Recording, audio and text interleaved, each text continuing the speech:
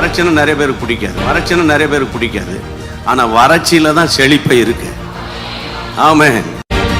யாரெல்லாம் குடும்பத்தின் ரட்சிப்புக்காக, ஆண்டவரே குடும்பத்தின் ஆசீர்வாதத்துக்காக ஜெபித்தார்களோ ஒவ்வொருவருடைய குடும்ப வாழ்க்கையை கட்டி எழுப்புவீராக.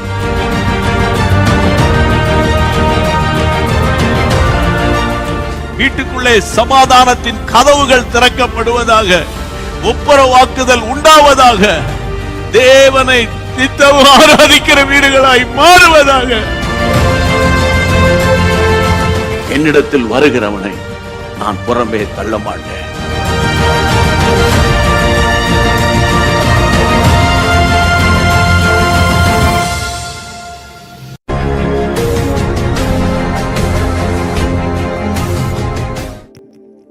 ஹல்லேலூயா. நம்ம எல்லாரும் சேர்ந்து சில பாடல்களை பாடி தேவனை மகிமைப்படுத்துவோம்.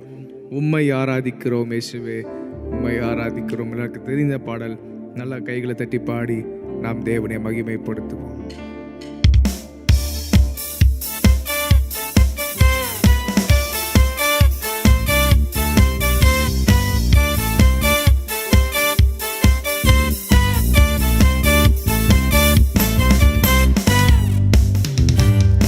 உம்மை ஆராதிக்கின்றோம் இயேசுவே, உம்மை ஆராதிக்கின்றோம், உம்மை ஆராதிக்கின்றோம் இயேசுவே, உம்மை ஆராதிக்கின்றோம். நல்லவர் சர்வ வல்லவர், உம்மை போல் வேறு தெய்வமில்லை. நல்லவர் சர்வ வல்லவர், உம்மை போல் வேறு தெய்வமில்லை.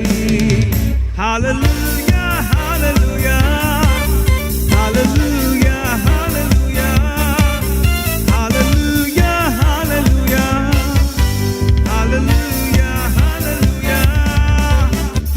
உம்மை ஆராதிக்கின்றோம் இயேசுவே, உம்மை ஆராதிக்கின்றோம், உம்மை ஆராதிக்கின்றோம் இயேசுவே, உம்மை ஆராதிக்கின்றோம். நல்லவர் சர்வ வல்லவர், உம்மை போல் வேறு தெய்வமில்லை. நல்லவர் சர்வ வல்லவர், உம்மை போல் வேறு தெய்வமில்லை. ஹல்லேலூயா, ஹல்லேலூயா, ஹல்லேலூயா, ஹல்லேலூயா, ஹல்லேலூயா, ஹல்லேலூயா, ஹல்லேலூயா, ஹல்லேலூயா.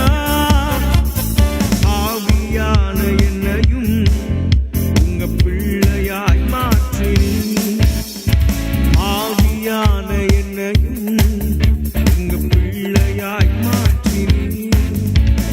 நல்லவர் சர்வ வல்லவர், உம்மை போல் வேறு தெய்வமில்லை. நல்லவர் சர்வ வல்லவர், உம்மை போல் வேறு தெய்வமில்லை. ஹல்லேலூயா, ஹல்லேலூயா, ஹல்லேலூயா, ஹல்லேலூயா, ஹல்லேலூயா, ஹல்லேலூயா, ஹல்லேலூயா, ஹல்லேலூயா. என்னை அழைத்தவரே, நீர் உம்மை உள்ளவரே. என்னை அழைத்தவரே, நீர் உம்மை உள்ளவரே. நல்லவர் சர்வ வல்லவர், உம்மை போல் வேறு தெய்வமில்லை. நல்லவர் சர்வ வல்லவர், உம்மை போல் வேறு தெய்வமில்லை. Hallelujah, hallelujah, hallelujah, hallelujah,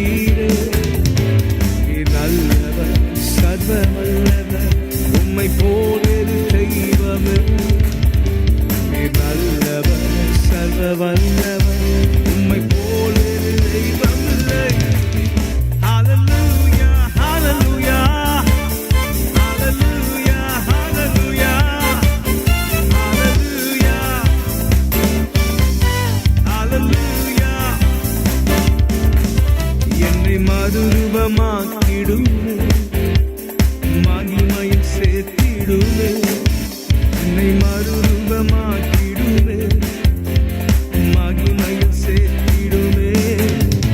நீ நல்லவர், சர்வ வல்லவர், உம்மை போல் வேறு தெய்வமில்லை. நீ நல்லவர், சர்வ வல்லவர், உம்மை போல் வேறு. Hallelujah, hallelujah, hallelujah, hallelujah, hallelujah, hallelujah, hallelujah, hallelujah, hallelujah, hallelujah, hallelujah, hallelujah. உம்மை ஆராதிக்கிறோம், உம்மை ஆராதிக்கிறோம் இயேசுவே, உம்மை ஆராதிக்கிறோம், உம்மை ஆராதிக்கிறோம் இயேசுவே, உம்மை ஆராதிக்கிறோம். நீ நல்லவர், சர்வ வல்லவர், உம்மை போல் வேறு தெய்வம். நீ நல்லவர், சர்வ வல்லவர், உம்மை போல் வேறு தெய்வமில்லை.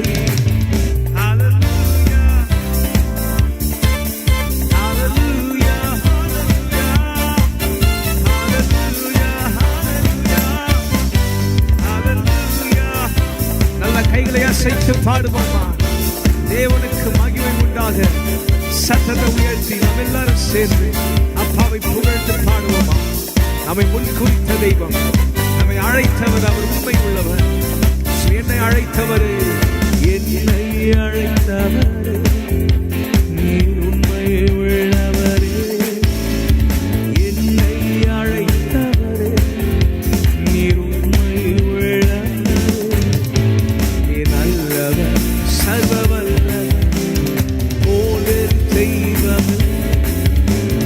நல்லவர், சர்வ வல்லவர், உம்மை போலே தெய்வம் இல்லை. Hallelujah, hallelujah, hallelujah, hallelujah, hallelujah, hallelujah, hallelujah, hallelujah, hallelujah, hallelujah, hallelujah. நம் தேவன் நல்லவர். Hallelujah. அவரை போல் வேறு தெய்வம் இல்லை. அவரே சர்வ வல்லவராய் இருக்கிறார். நம்ம எல்லாரும் கண்களை மூடி ஆண்டவரை கொஞ்ச நேரம் ஆராதிக்கலாம். எல்லாரும் கண்களை மூடி. சர்வ வல்லவர், சாவாமை உடையவர், ஒருவராய் பெரிய காரியங்களை செய்கிறவர். ஆமென். அவர் நம் தேவனாய் இருக்கிறார். எல்லாரும் கண்களை மூடி சொல்லுங்க, ஆண்டவரே எனக்கு நீங்க போதும், ஆண்டவரே எனக்கு நீங்க போதும், ஆண்டவரே. எல்லாரும் கண்களை மூடி சொல்லலாமா? ஹல்லேலூயா. சர்வ வல்லவரே எனக்கு நீங்க போதும், ஆண்டவரே. எங்களை ரட்சித்து, எங்களை அழைத்து, எங்களை பரிசுத்தமாக்கி, உமக்கென்று எங்களை தெரிந்து கொண்டவரே, உமக்கென்று எங்களை பிரித்தெடுத்தவரே. எல்லாரும் சத்தத்தை உயர்த்தி சொல்லுவோமா? என்னை பிரித்தெடுத்தவரே உமக்கு ஆராதனை. ஓ நீரே எனக்கு போதும், நீர் எனக்கு போதும். கைகளை உயர்த்தி சொல்லுவோமா? சங்கீதக்காரன் எழுதுகிறார், பரலோகில் உண்மையல்லால் எனக்கு வேறு யார் உண்டு? ஆமென். நாம் ஆண்டவரை பார்த்து சொல்லலாம், ஆண்டவரே உண்மையல்லால் எங்களுக்கு வேறு யார் உண்டு? உம்முடைய நாமத்தில் அல்லவா எங்களுக்கு ரட்சிப்பு, உம்முடைய நாமத்தில் அல்லவா எங்களுக்கு விடுதலை, உம்முடைய நாமத்தில் அல்லவா எங்களுக்கு அற்புதம், உம்முடைய நாமத்தில் அல்லவா எங்களுக்கு ஆமென் மிகுந்த ஆமென் மேன்மையான ஆசீர்வாதங்கள் இருக்கிறது. நல்ல கைகளை உயர்த்தி சொல்லுங்க, இயேசுவே உம்மை ஆராதிக்கிறோம், அப்பா பிதாவே உம்மை ஆராதிக்கிறோம், பரிசுத்த ஆவியானவரே உம்மை ஆராதிக்கிறோம். சரமயே தொரோஷா தரபாயந்து. கைகளை உயர்த்தி சொல்லுங்க, உமக்கு நன்றி. Thank you Jesus. சிங்கத்தின் பிள்ளையா என்னை மாற்றி சாத்தானை ஜெயித்தீரும் வேலன் அளித்தீ. சிங்கத்தின் பிள்ளையா என்னை மாற்றி சாத்தானை ஜெயித்தீரும் வேலன் அளித்தீ. நீரே போதும், நீரே போதும், நீரே போதும். போதும் இயேசுவே, நீரே போதும், நீரே போதும், நீரே போதும் இயேசுவே. சிங்கத்தின் பிள்ளையாய் என்னை மாற்றி சாத்தானை ஜெயித்து பலன் அளித்து. சிங்கத்தின் பிள்ளையாய் என்னை மாற்றி சாத்தானை ஜெயித்து பலன் அளித்து. நீரே போதும், நீரே போதும், நீரே போதும் இயேசுவே. நீரே போதும், நீரே போதும், நீரே போதும் இயேசுவே. நீரே போதும், நீரே போதும், நீரே போதும், நீரே போதும். எல்லாரும் சேர்ந்து அறிக்கை செய்யலாமா? Lord, you're more than enough. Oh, நீர் போதும், நீரே போதும், நீரே போதும் இயேசுவே. கழுகை போல, கழுகை போல என்னை எழும்ப செய்தி, உயரங்களில் என்னை பார்க்கச் செய்தி. கழுகை போல என்னை எழும்ப செய்தி, உயரங்களில் என்னை. நீரே போதும், நீரே போதும், நீரே போதும், நீரே போதும் இயேசுவே. நீரே போதும், நீரே போதும், நீரே போதும் இயேசுவே. ஆணையை போல என்னை செழிக்க செய்தி, ஏது போல் என்னை வாழற செய்தி. ஆணையை போல என்னை செழிக்க செய்தி. எத்தனை பேர் உண்மை என்று சொல்றீங்க? அவர் நம்மை செழிக்க செய்தாரே, வளரச் செய்தாரே. ஆணையை போல என்னை செழிக்க செய்தி, ஏது போல் என்னை வளர. மீண்டும் ஒரு முறை சொல்லுவோம். ஆணையை போல என்னை செழிக்க செய்தி, ஏது போல். ரெண்டு கைகளை உயர்த்தி நீரே போதும், நீரே போதும், நீரே போதும். எங்களோடு சேர்ந்து நீங்க சொல்லுவீங்களா? ஆண்டவர், எனக்கு நீங்க போதும் ஆண்டவரே. இல்லை மனஹாயால் தெரே மனசு ரபலஷே மனதே அந்தரே. ஓ இயேசுவே, இயேசு நீரே, நீரே போதும், நீரே போதும் இயேசுவே. இயேசு நீரே, நீரே போதும், நீரே போதும் இயேசுவே. கைகளை உயர்த்தி சொல்லுவோமா? இயேசு நீரே, நீரே போதும், நீரே போதும் இயேசுவே. நீரே போதும், நீரே போதும், நீரே போதும் இயேசுவே. நீரே போதும், நீரே போதும்,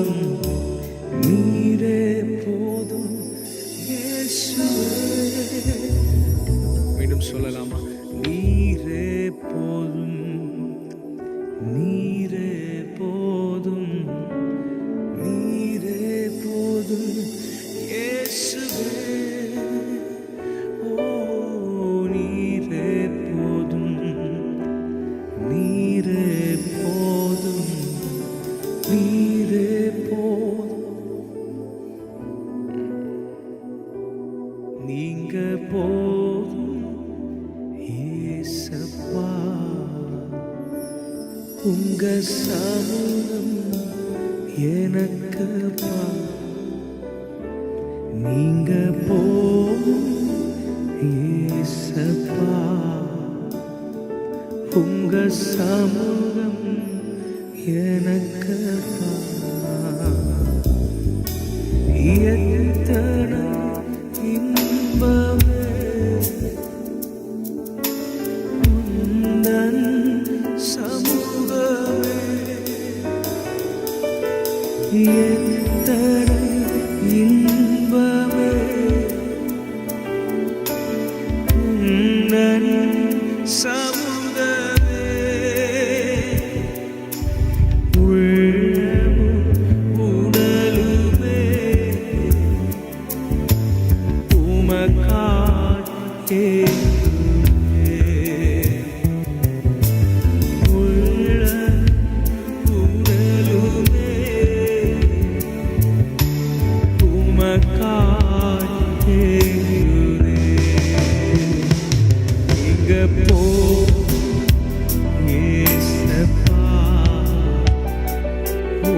சமூகம் எனக்கு சொல்லுவோமா?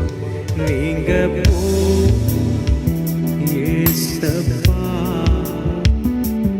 உங்க சமூகம் எனக்கு புது பலன் தருகிறீ புது பலன் தருகிறீ புது என்னை பொழி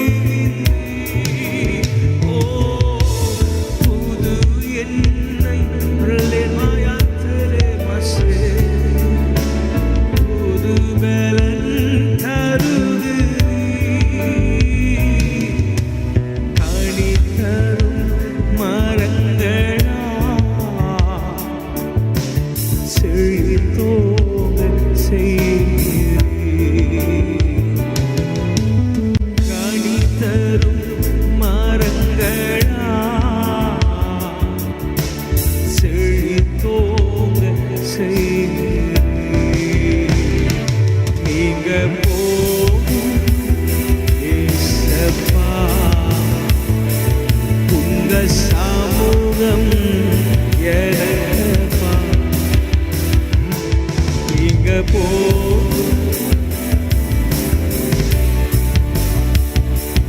உங்க சமூகம் நீங்க கைகளை உயர்த்தி சொல்லுவோமா? எனக்கு நீங்க போதும் ஆண்டவரே, உண்மையெல்லாம் வேறு ஆசை இல்லை, உண்மையெல்லாம் வேறு உதவி எங்களுக்கு இல்லை.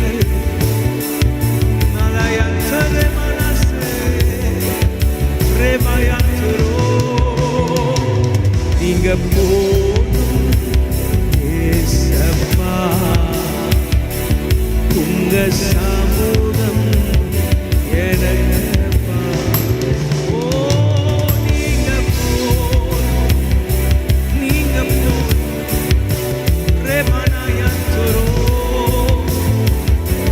ஆண்டவரே, நீரே எனக்கு ஒத்தாசை வரும் பர்வதம், நீரே என் கண்மலையாயிருக்கு, தேவனின் அடைக்கலம் ஆபத்து காலத்தில் அனுகூலமான துணையாயிருக்கு.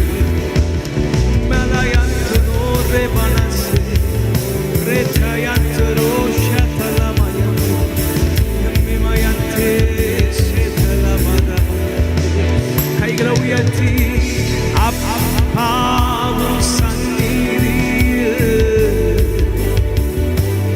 எப்போனா வந்து அப்பாவும் சந்நிதியில் வந்து திருமுகம் கண்டு நான் திருமுகம் கண்டு நான்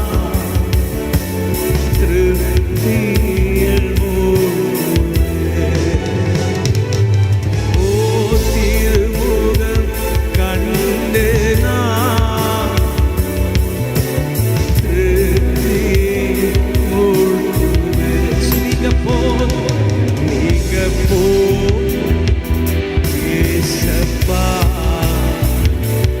உங்க சமூகம் எனக்கப்பா. நீங்க போதும் ஏசப்பா. உங்க சமூகம் நீங்க போதும் ஏசப்பா. உங்க சமூகம் எனக்கப்பா. நீங்க போதும் ஏசப்பா. உங்க சமூகம் எனக்கப்பா. என் மீது அன்பு கூர்ந்து பலியாகி சிலுவையிலே எனக்காக ரத்தம் சிந்தி கழுவி குற்றம் பிரித்தெடுத்து பிறக்கும் முன்னால் உமக்கென்று வாழ்ந்திட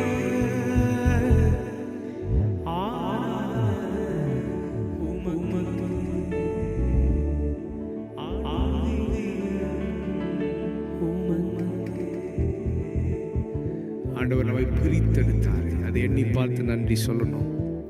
ஹல்லேலூயா. நம் தாயின் கருவில் உருவேற்படும் முன்னதாகவே நம்மை பெயர் சொல்லி அழைத்த ஆண்டவர் நம்முடைய வாழ்க்கையில் என்னெல்லாம் நடக்கணும், நம்ம எப்படிலாம் இருக்கணும், எல்லாவற்றையும் முன்னமே தீர்மானித்து வைத்திருக்கிறவர். ஆதி முதல் அந்தம் வரை அனைத்தையும் அறிந்திருக்கிறவர். கைகளை உயர்த்தி சொல்லுங்க, ஆண்டவரே நீ சர்வ வல்லவர். சொல்லுங்க, ராதாயாந்தரோ ரிமாயந்தலே. நம் மீது அன்பு கூர்ந்து நம்மை ராஜாக்களாகவும் ஆசாரியர்களாகவும் மாற்றின ஆண்டவருக்கு மகிமை உண்டாகட்டும். ஹல்லை மகாயாந்தரோகோ. நல்ல கைகளை உயர்த்தி அப்பாவுக்கு நன்றி சொல்லுங்க. சொல்லுங்க, ராஜாவாகவும் ஆசாரியனாகவும் மாற்றிருக்கிறீரே. சிலுவையில் ரத்தம் சிந்தி நம்மை ராஜாக்களாய் ஆசாரியர்களாய் மாற்றியிருக்கிறார். எங்கோ எப்படியோ வாழ்ந்திருந்த நம்மை, ஆமீன், அலங்கோலமான வாழ்க்கையை வாழ்ந்து கொண்டிருந்த நம்மை, ஆமீன், அன்பு கூர்ந்து நம்மை அதிகமாய் நம்மில் அன்பு கூர்ந்து தன்னையே தந்து நம்மை ராஜாக்களாக ஆசாரியர்களாக தந்திருக்கிற ஆண்டவருக்கு நல்ல கைகளை தட்டி நன்றி சொல்லுவோம். ரேமாயாந்தனோ என் மீது அன்பு கூர்ந்து பலியாகி சிலுவையிலே எனக்காய் ரத்தம் சிந்தி கழுவி நீர் குற்றம் நீங்க என் மீது அன்பு கூர்ந்து பலியாகி சிலுவையிலே எனக்காய் ரத்தம் சிந்தி கழுவி நீர் குற்றம் நீங்க பிரித்தெடுத்து பிறக்கும் முன்னா உமக்கென்று வாழ்ந்திட. கண்களை மூடி பாடுங்க. அப்பா ஆராதனை பிரித்தெடுத்தாரு. ஓ உமக்காக வாழ்ந்திட ஆராதனை உமக்கு, அனுதினமும் உமக்கு ஆராதனை உமக்கு, அனுதினமும் உமக்கு. என் மீது அன்பு கூர்ந்து பலியாகி சிலுவையிலே எனக்காய் ரத்தம் சிந்தி கழுவி குற்றம் நீங்க. என் மீது அன்பு கூர்ந்து பலியாகி சிலுவையிலே எனக்காய் ரத்தம் சிந்தி கழுவி குற்றம் நீங்க. பிதாவான என் தேவனே, தகப்பனே, என் தந்தையே, பிதாவான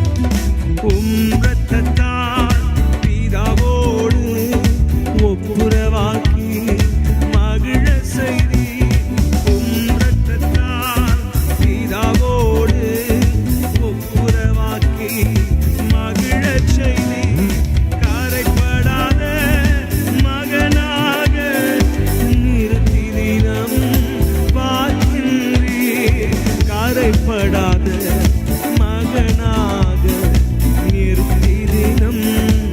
சொல்லு, கரைப்படாத மகனாக நிறுத்தினம். வல்லமையும்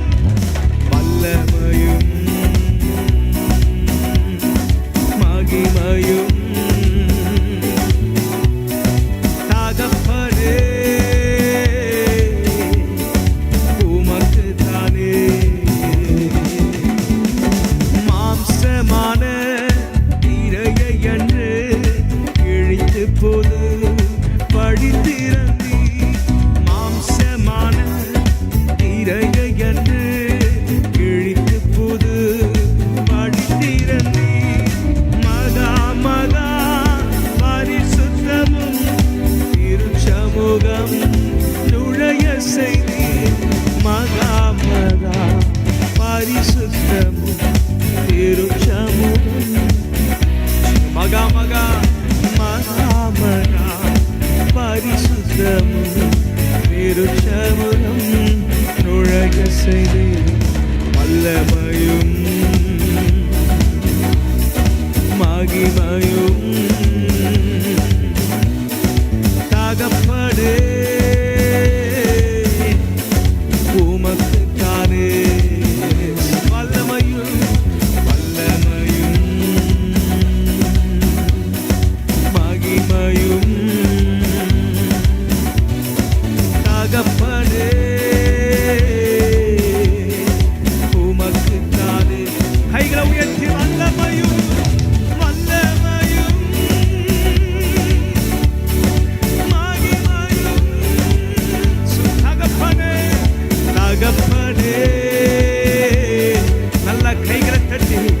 அப்பாவை துதிக்கலாமா? சொல்லுங்க. வல்லமையும் மகிமையும் எல்லா கணமும் ஒருவருக்கே செலுத்துகிறான். ஆண்டவரே ராத்தே மகான் தெரியாந்தரோ தகப்பனே உமக்கு தானே. சொல்லுவோம். என் மீது அன்பு கூர்ந்து பலியானி சிலுவையிலே எனக்காய் ரத்தம் சிந்தி கழுவினீர் குற்றம் நீங்க. இருத்தெடுத்தி இறக்கும் முன்னா உமக்கென்று வாழ்ந்திட.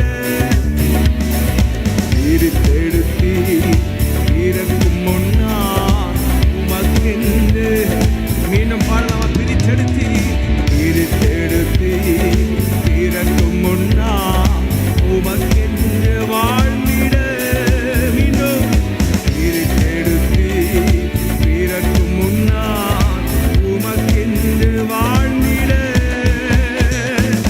ஆராதனை உமக்கே அனுதினமும் உமக்கே. ஆராதனை உமக்கே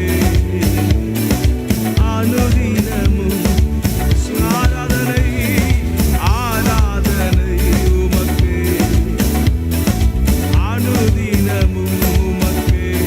ஓ ஆராதனை. நல்ல கைகளை தட்டி அப்பாவை துதிங்க. மேதாரா காயந்தரோ ஆராதனை ரேபாலா தே மனசே நீ மகந்துனு துயந்தரே. ஆராதனை உமக்கே அனுதினமும். வல்லமையும்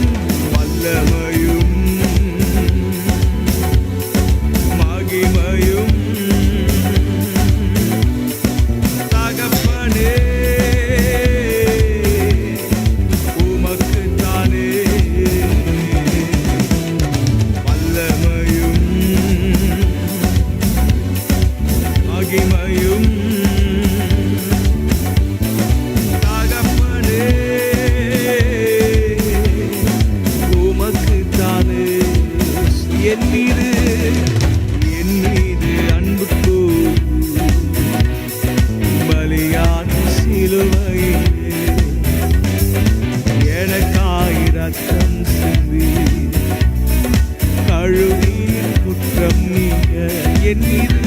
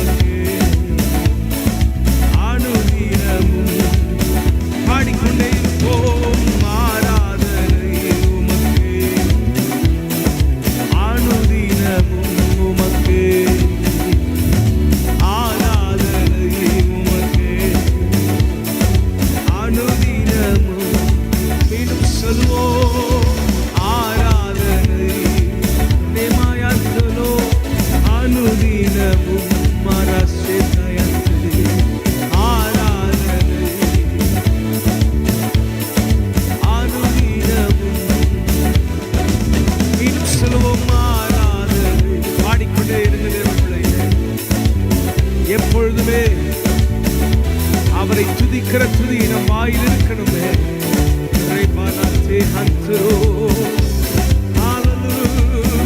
ஆராதனை ஆராதனை உமக்கு,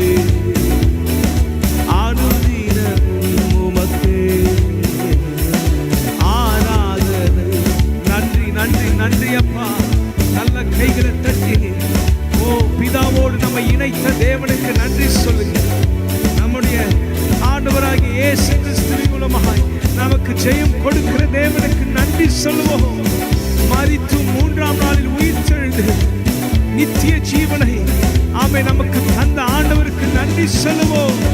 நம் பாவங்களை நீக்கி நம்மை சுத்திகரித்து நம்மை பிரித்தெடுத்து ஆமே நமக்கான தரிசனங்களை ஏற்ற நேரத்தில் நமக்கு வெளிப்படுத்தி நம்மை பயன்படுத்துகிற ஆண்டவருக்கு நன்றி சொல்லுங்க. நல்ல சத்தத்தை உயர்த்தி மகாத்தா காபா ஏத்தரே மாயந்தே லெமானா ஷத்தலா மாயந்தரே. மாம்சமான திரையை கிழித்து நம் வாழ்வில் புது வழியை திறந்த ஆண்டவருக்கு நன்றி சொல்லுங்க. பரிசுத்த ஸ்தலத்தில் ஆமே முன்னேற ஆமே நுழையத்தக்கதான ஆமே திறவுகோலை ஆமே நமக்கு தந்தாரே. ஆமே நன்றி சொல்லுங்க. ரத்தேனே மகந்தோ ஆராதனை ரிமயந்தலே சந்தனயந்தே. பிரித்தெடுத்து இறக்கும் முன்னால் உமக்கென்று வாழ்ந்திட, பிரித்தெடுத்து இறக்கும் முன்னால் உமக்கென்று சொல்லுங்க. பிரித்தெடுத்து பிரித்தெடுத்து இறக்கும் முன்னால் ஓ பிரித்தெடுத்து இறக்கும் முன்னால் உமக்கென்று வாழ்ந்திட. கைகளை அசைத்து ஆராதனை உமக்கு, அனுதினமும் அனுதினமும் உமக்கு ஆராதனை அனுதினமும். இன்னும் செல்வோம் ஆராதனை. நன்றி நன்றி அனுதினம் நேற்றே மகந்தரோ ஆராதனை லமாயந்தரே. ஆராதனை ஆராதனை ஆராதனை ஆராதனை ஆராதனை இசையா ஆராதனை ஆராதனை ஆராதனை ஆராதனை ஆராதனை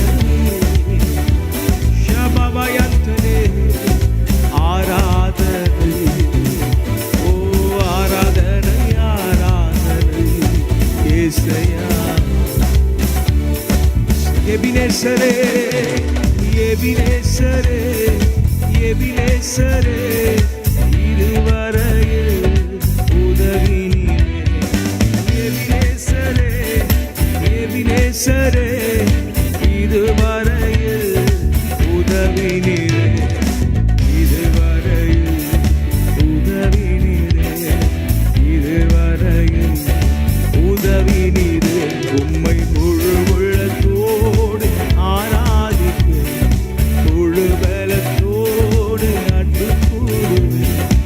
ஆராதனை ஆராதனை ஆராதனை ஆராதனை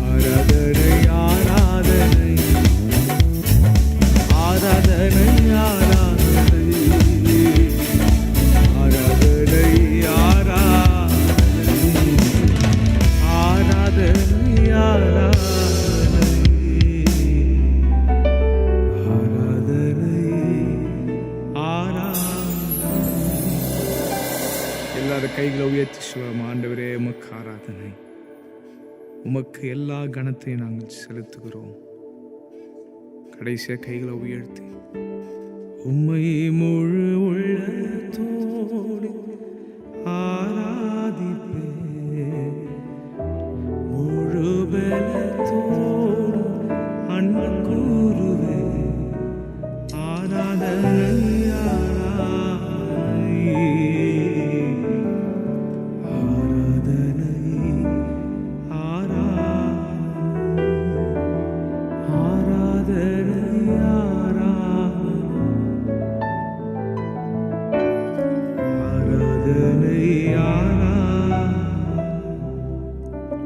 எல்லா துதிக்கான மகிமை ஒருவருக்கே செலுத்துகிறோம். ஆண்டவரே, தொடர்ந்து நீர் எங்களை நடத்துவீராக. இயேசு நாமத்தில் துதிக்கிறோம் நல்ல பிதாவே, ஆமென். அன்பான தேவனுடைய பிள்ளைகளே, இன்றைக்கும் உங்கள் ஒவ்வொருவரோடும் கூட கர்த்தர் பேச போகிறார்.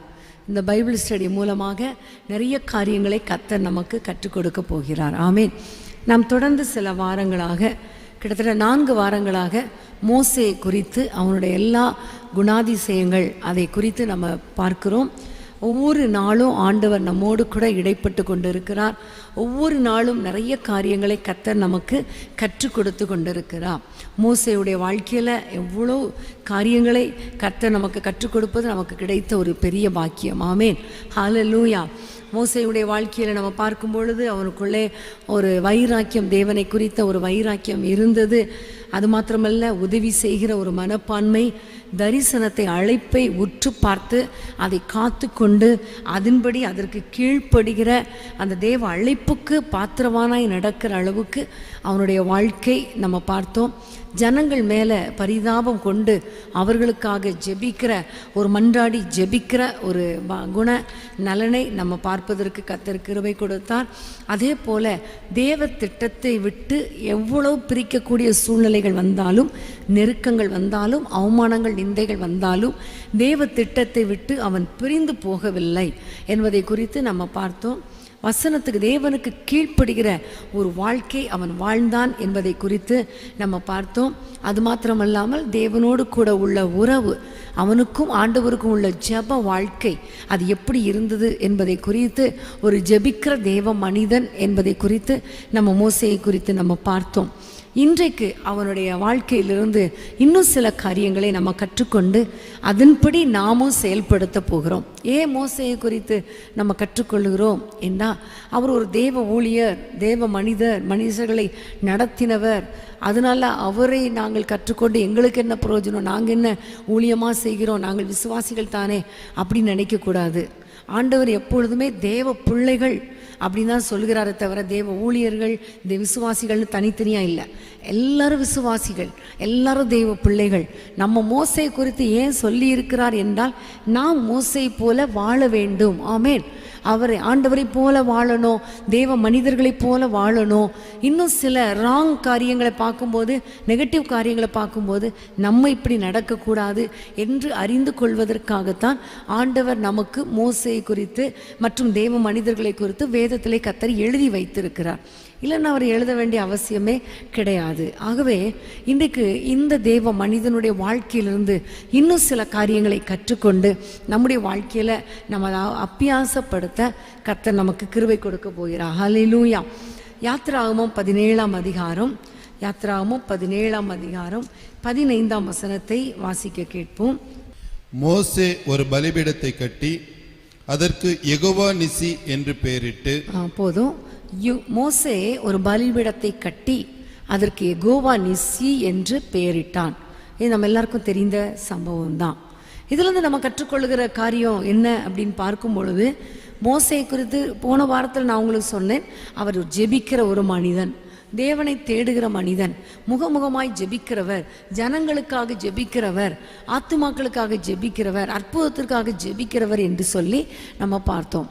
அப்போ ஜெபிக்கிற ஒரு மனிதன் மோசே.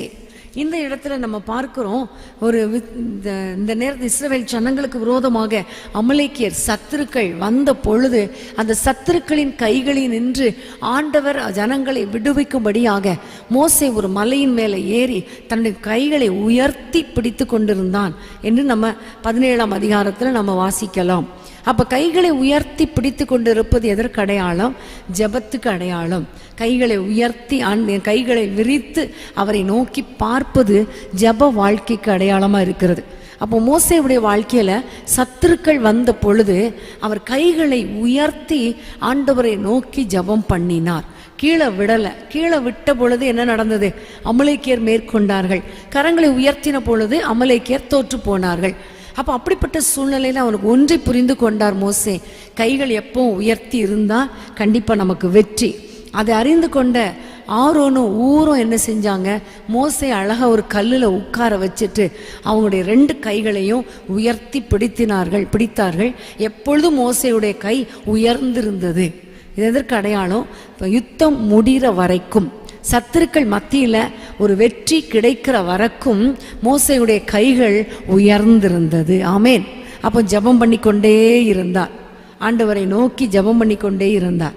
வெற்றி கிடைத்த உடனே நாம இருந்தால் என்ன செஞ்சுருப்போம்? ஆஹா, வெற்றி கிடைச்சிருச்சு, ஓகே நம்ம போகலாம் அப்படின்னு சொல்லி கீழே இறங்கி வந்திருப்போம்.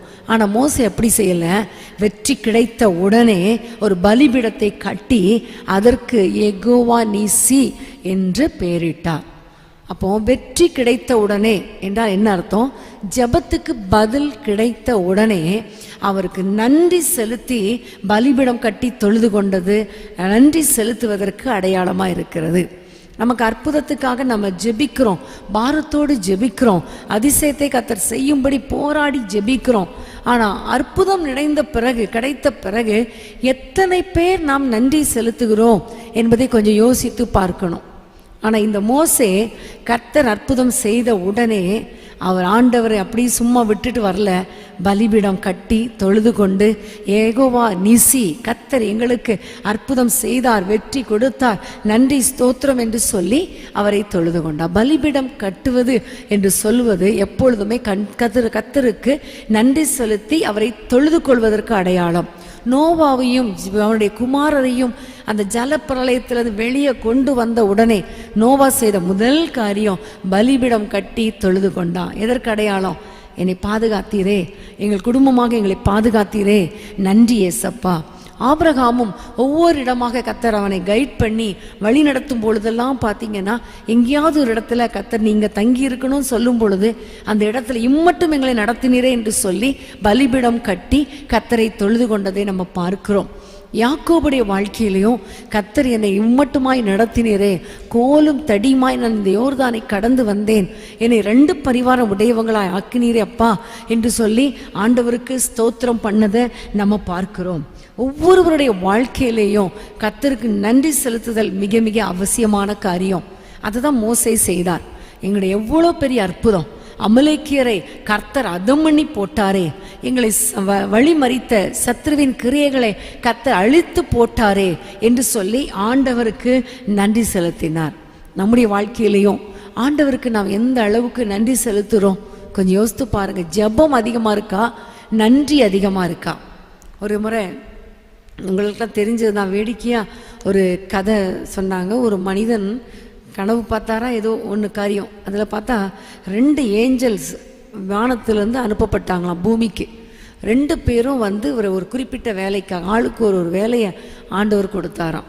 அப்போது ஒரே ஒரு ஏஞ்சல் மட்டும் கீழேருந்து மேலே போகிறதும் மேலேருந்து கீழே வர்றதும் மேலே போகிறதுமா இருந்தாராம்.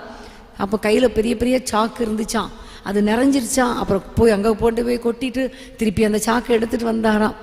இந்த இன்னொரு ஏஞ்சல் அழகாக கால் மேலே காலை போட்டுட்டு அமைதியாக உட்கார்ந்துருந்தாராம்.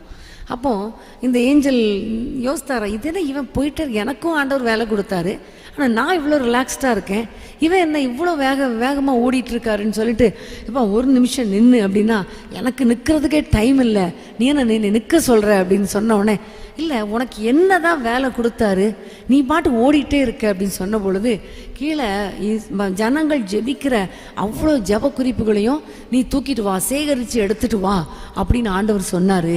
அதான் அவங்க கொடுத்துட்டே இருக்காங்க, முடிய மாட்டேங்குது. ஒரு சாக்கு நிரம்புது, கொண்டு போய் போடுறதுக்குள்ளே அடுத்த சாக்கு இங்கே நிரம்பிடுது, வந்துகிட்டே போயிட்டே இருக்கேன்னாராம்.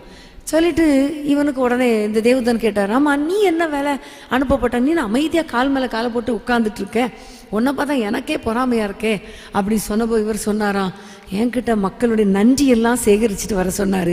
ஒரு பையன் ஸ்தோத்திரம் பண்ண மாட்டேங்கிறான், அற்புதத்துக்காக ஜெபிக்கிறாரு, ஆனால் அற்புதத்தெல்லாம் நான் ஆண்டவர் சாங்ஷன் பண்ணிடுறாரு, ஆனால் அதோட ஆண்டவரை மறந்துடுறான். ஒரு ஸ்தோத்திரம் பண்ணுறானா, அதனால தான் எனக்கு ஈஸியாக இருக்குது அப்படின்னு சொன்னாராம். என்னுடைய ஒரு சாக்கே நிரம்பலை அப்படின்னு சொன்னாராம். அது மாதிரி தான் இன்றைக்கி மக்கள் நன்றி செலுத்துறதுக்கு ரொம்ப கஷ்டம், ஆனால் ஜெபம் பண்ணுறதுக்கு மட்டும், புலம்பல் பாட்டு பாடுறதுக்கு மட்டும், தேவைகளுக்காக ஜெபிக்கிறதுக்கு மட்டும் ரொம்ப ஆர்வமாக இருக்கிறவங்க. அப்போ இன்றைக்கி நம்ம யோசித்து பார்க்கணும், சீர்தூக்கி பார்க்கணும். எந்த அளவுக்கு ஜெபிக்கிறோமோ அந்த அளவுக்கு நம்ம நன்றி செலுத்துகிறோமோ ஆண்டவருக்கு. ஒரு முறை ஆண்டவர் இந்த உலகத்தில் வாழ்ந்த நாட்களில் 10 குஷ்டரோகிகள் வந்து ஆண்டவரே எனக்கு சுத்தமாக்குங்க என்று சொன்ன பொழுது, நீங்கள் போங்க ஆசாரியருக்கு உங்களை கொண்டு போய் காண்பீங்க, நீங்கள் சுத்தமாவீங்க என்று சொல்லி ஆண்டவர் அனுப்புகிறார். அவங்க போகும்போதே சுத்தமாயிடுறாங்க, சுகமாயிடுறாங்க. அதை ஒருத்தன் பார்த்தா, ஆஹா நம்ம சுகமாயிட்டோமே அப்படின்னு சொல்லிட்டு திரும்பி வந்து ஆண்டவரை பார்த்து நன்றி ஏசப்பா என்று சொன்ன பொழுது ஆண்டவர் கேட்குறாரு, சுத்தமானவங்க 10 பேர் அல்லவா, மற்ற 9 பேர் எங்கே? அப்போ ஆண்டவர் எதிர்பார்க்கிறது நன்றியை கர்த்தர் எதிர்பார்க்கிறார். ஹல்லேலூயா. அப்போ நம்முடைய வாழ்க்கையில் இன்றைக்கு நீங்கள் ஏதாவது வாரத்தில் ஒரு நாளாவது ஒதுக்கி ஆண்டவருக்கு நன்றி செலுத்தணும். நம்முடைய வாழ்க்கையில் காலையில் எழும்பி கர்த்தருக்கு நம்ம நன்றி செலுத்தணும். இரவில் படுக்கும் பொழுது அப்பா உமக்கு ஸ்தோத்திரம், எவ்வளோ அழகாக நடத்தினீர், எங்களை அழகாக தாங்கினீர், எவ்வளோ அற்புதங்களை செய்தீர், நன்றி செலுத்தணும். ஹல்லேலூயா, ஹல்லேலூயா. நமக்கு அற்புதங்களை செய்யும் பொழுதெல்லாம் நான் உங்களுக்கு அடிக்கடி சொல்லியிருக்கிறேன், என்னென்ன அற்புதங்களை, சின்ன சின்ன அற்புதங்களை கூட மறந்துடும். ஆனால் ஒரு டைரியில் நீங்கள் எழுதி வச்சிங்கன்னா இந்த வருஷ கடைசியில் ஆண்டவருக்கு ஸ்தோத்திரம் செலுத்த ரொம்ப ஈஸியாக இருக்கும். ஆகவே நீங்கள் கர்த்தர் உங்களுக்கு செய்த அற்புதங்களை நீங்கள் எழுதி வைத்து ஆண்டவருக்கு நன்றி செலுத்தும் பொழுது கர்த்தர் ரொம்ப சந்தோஷப்படுவார். அவர் துதியில் பிரியப்படுகிறவர், துதிகளின் மத்தியில் வாசம் பண்ணுகிறவர். ஹல்லேலூயா. அப்போ துதி இல்லாத இடத்துல அவர் வாசம் பண்ண மாட்டார். அப்போ இன்றைக்கு நம்முடைய வாழ்க்கையில் ஆண்டவரே மோசேயை போல நாங்களுமே அதிகமாய் துதிக்கிறவர்களாக எங்களை மாற்றும் ஆண்டவரே. தாவீது ராஜா சொல்லுகிறார், கர்த்தரை எப்பொழுதும் எக்காலத்திலும் அவரை நான் ஸ்தோத்தரிப்பேன், அவர் துதி எப்பொழுதும் என் வாயில் இருக்கும். அப்போ எக்காலத்திலும் என்று சொல்லும் பொழுது கஷ்டம் இருந்தாலும் சரி, நஷ்டம் இருந்தாலும் சரி, பிரச்சனை இருந்தாலும், போராட்டம் இருந்தாலும், நெருக்கம் இருந்தாலும் சரி, எப்பொழுதும் அப்படின்னா அதே மாதிரி தான். கஷ்டமோ பாடோ துன்பத்திரமோ சந்தோஷமோ நன்மையோ எல்லாவற்றிலும் கர்த்தரை நான் துதிப்பேன் என்று தாவீது ராஜா சொல்லுகிறார். இன்றைக்கு நம்முடைய வாழ்க்கையில் துதிப்பதற்கு நாம் நம்மை ஒப்பு கொடுக்க வேண்டும். ஹல்லேலூயா. அடுத்ததாக யாத்திராகமம் 18ஆம் அதிகாரம் 13ஆம் வசனம். யாத்திராகமம் 18:13. மறுநாள் மோசே ஜனங்களை நியாயம் விசாரிக்க உட்கார்ந்தான்.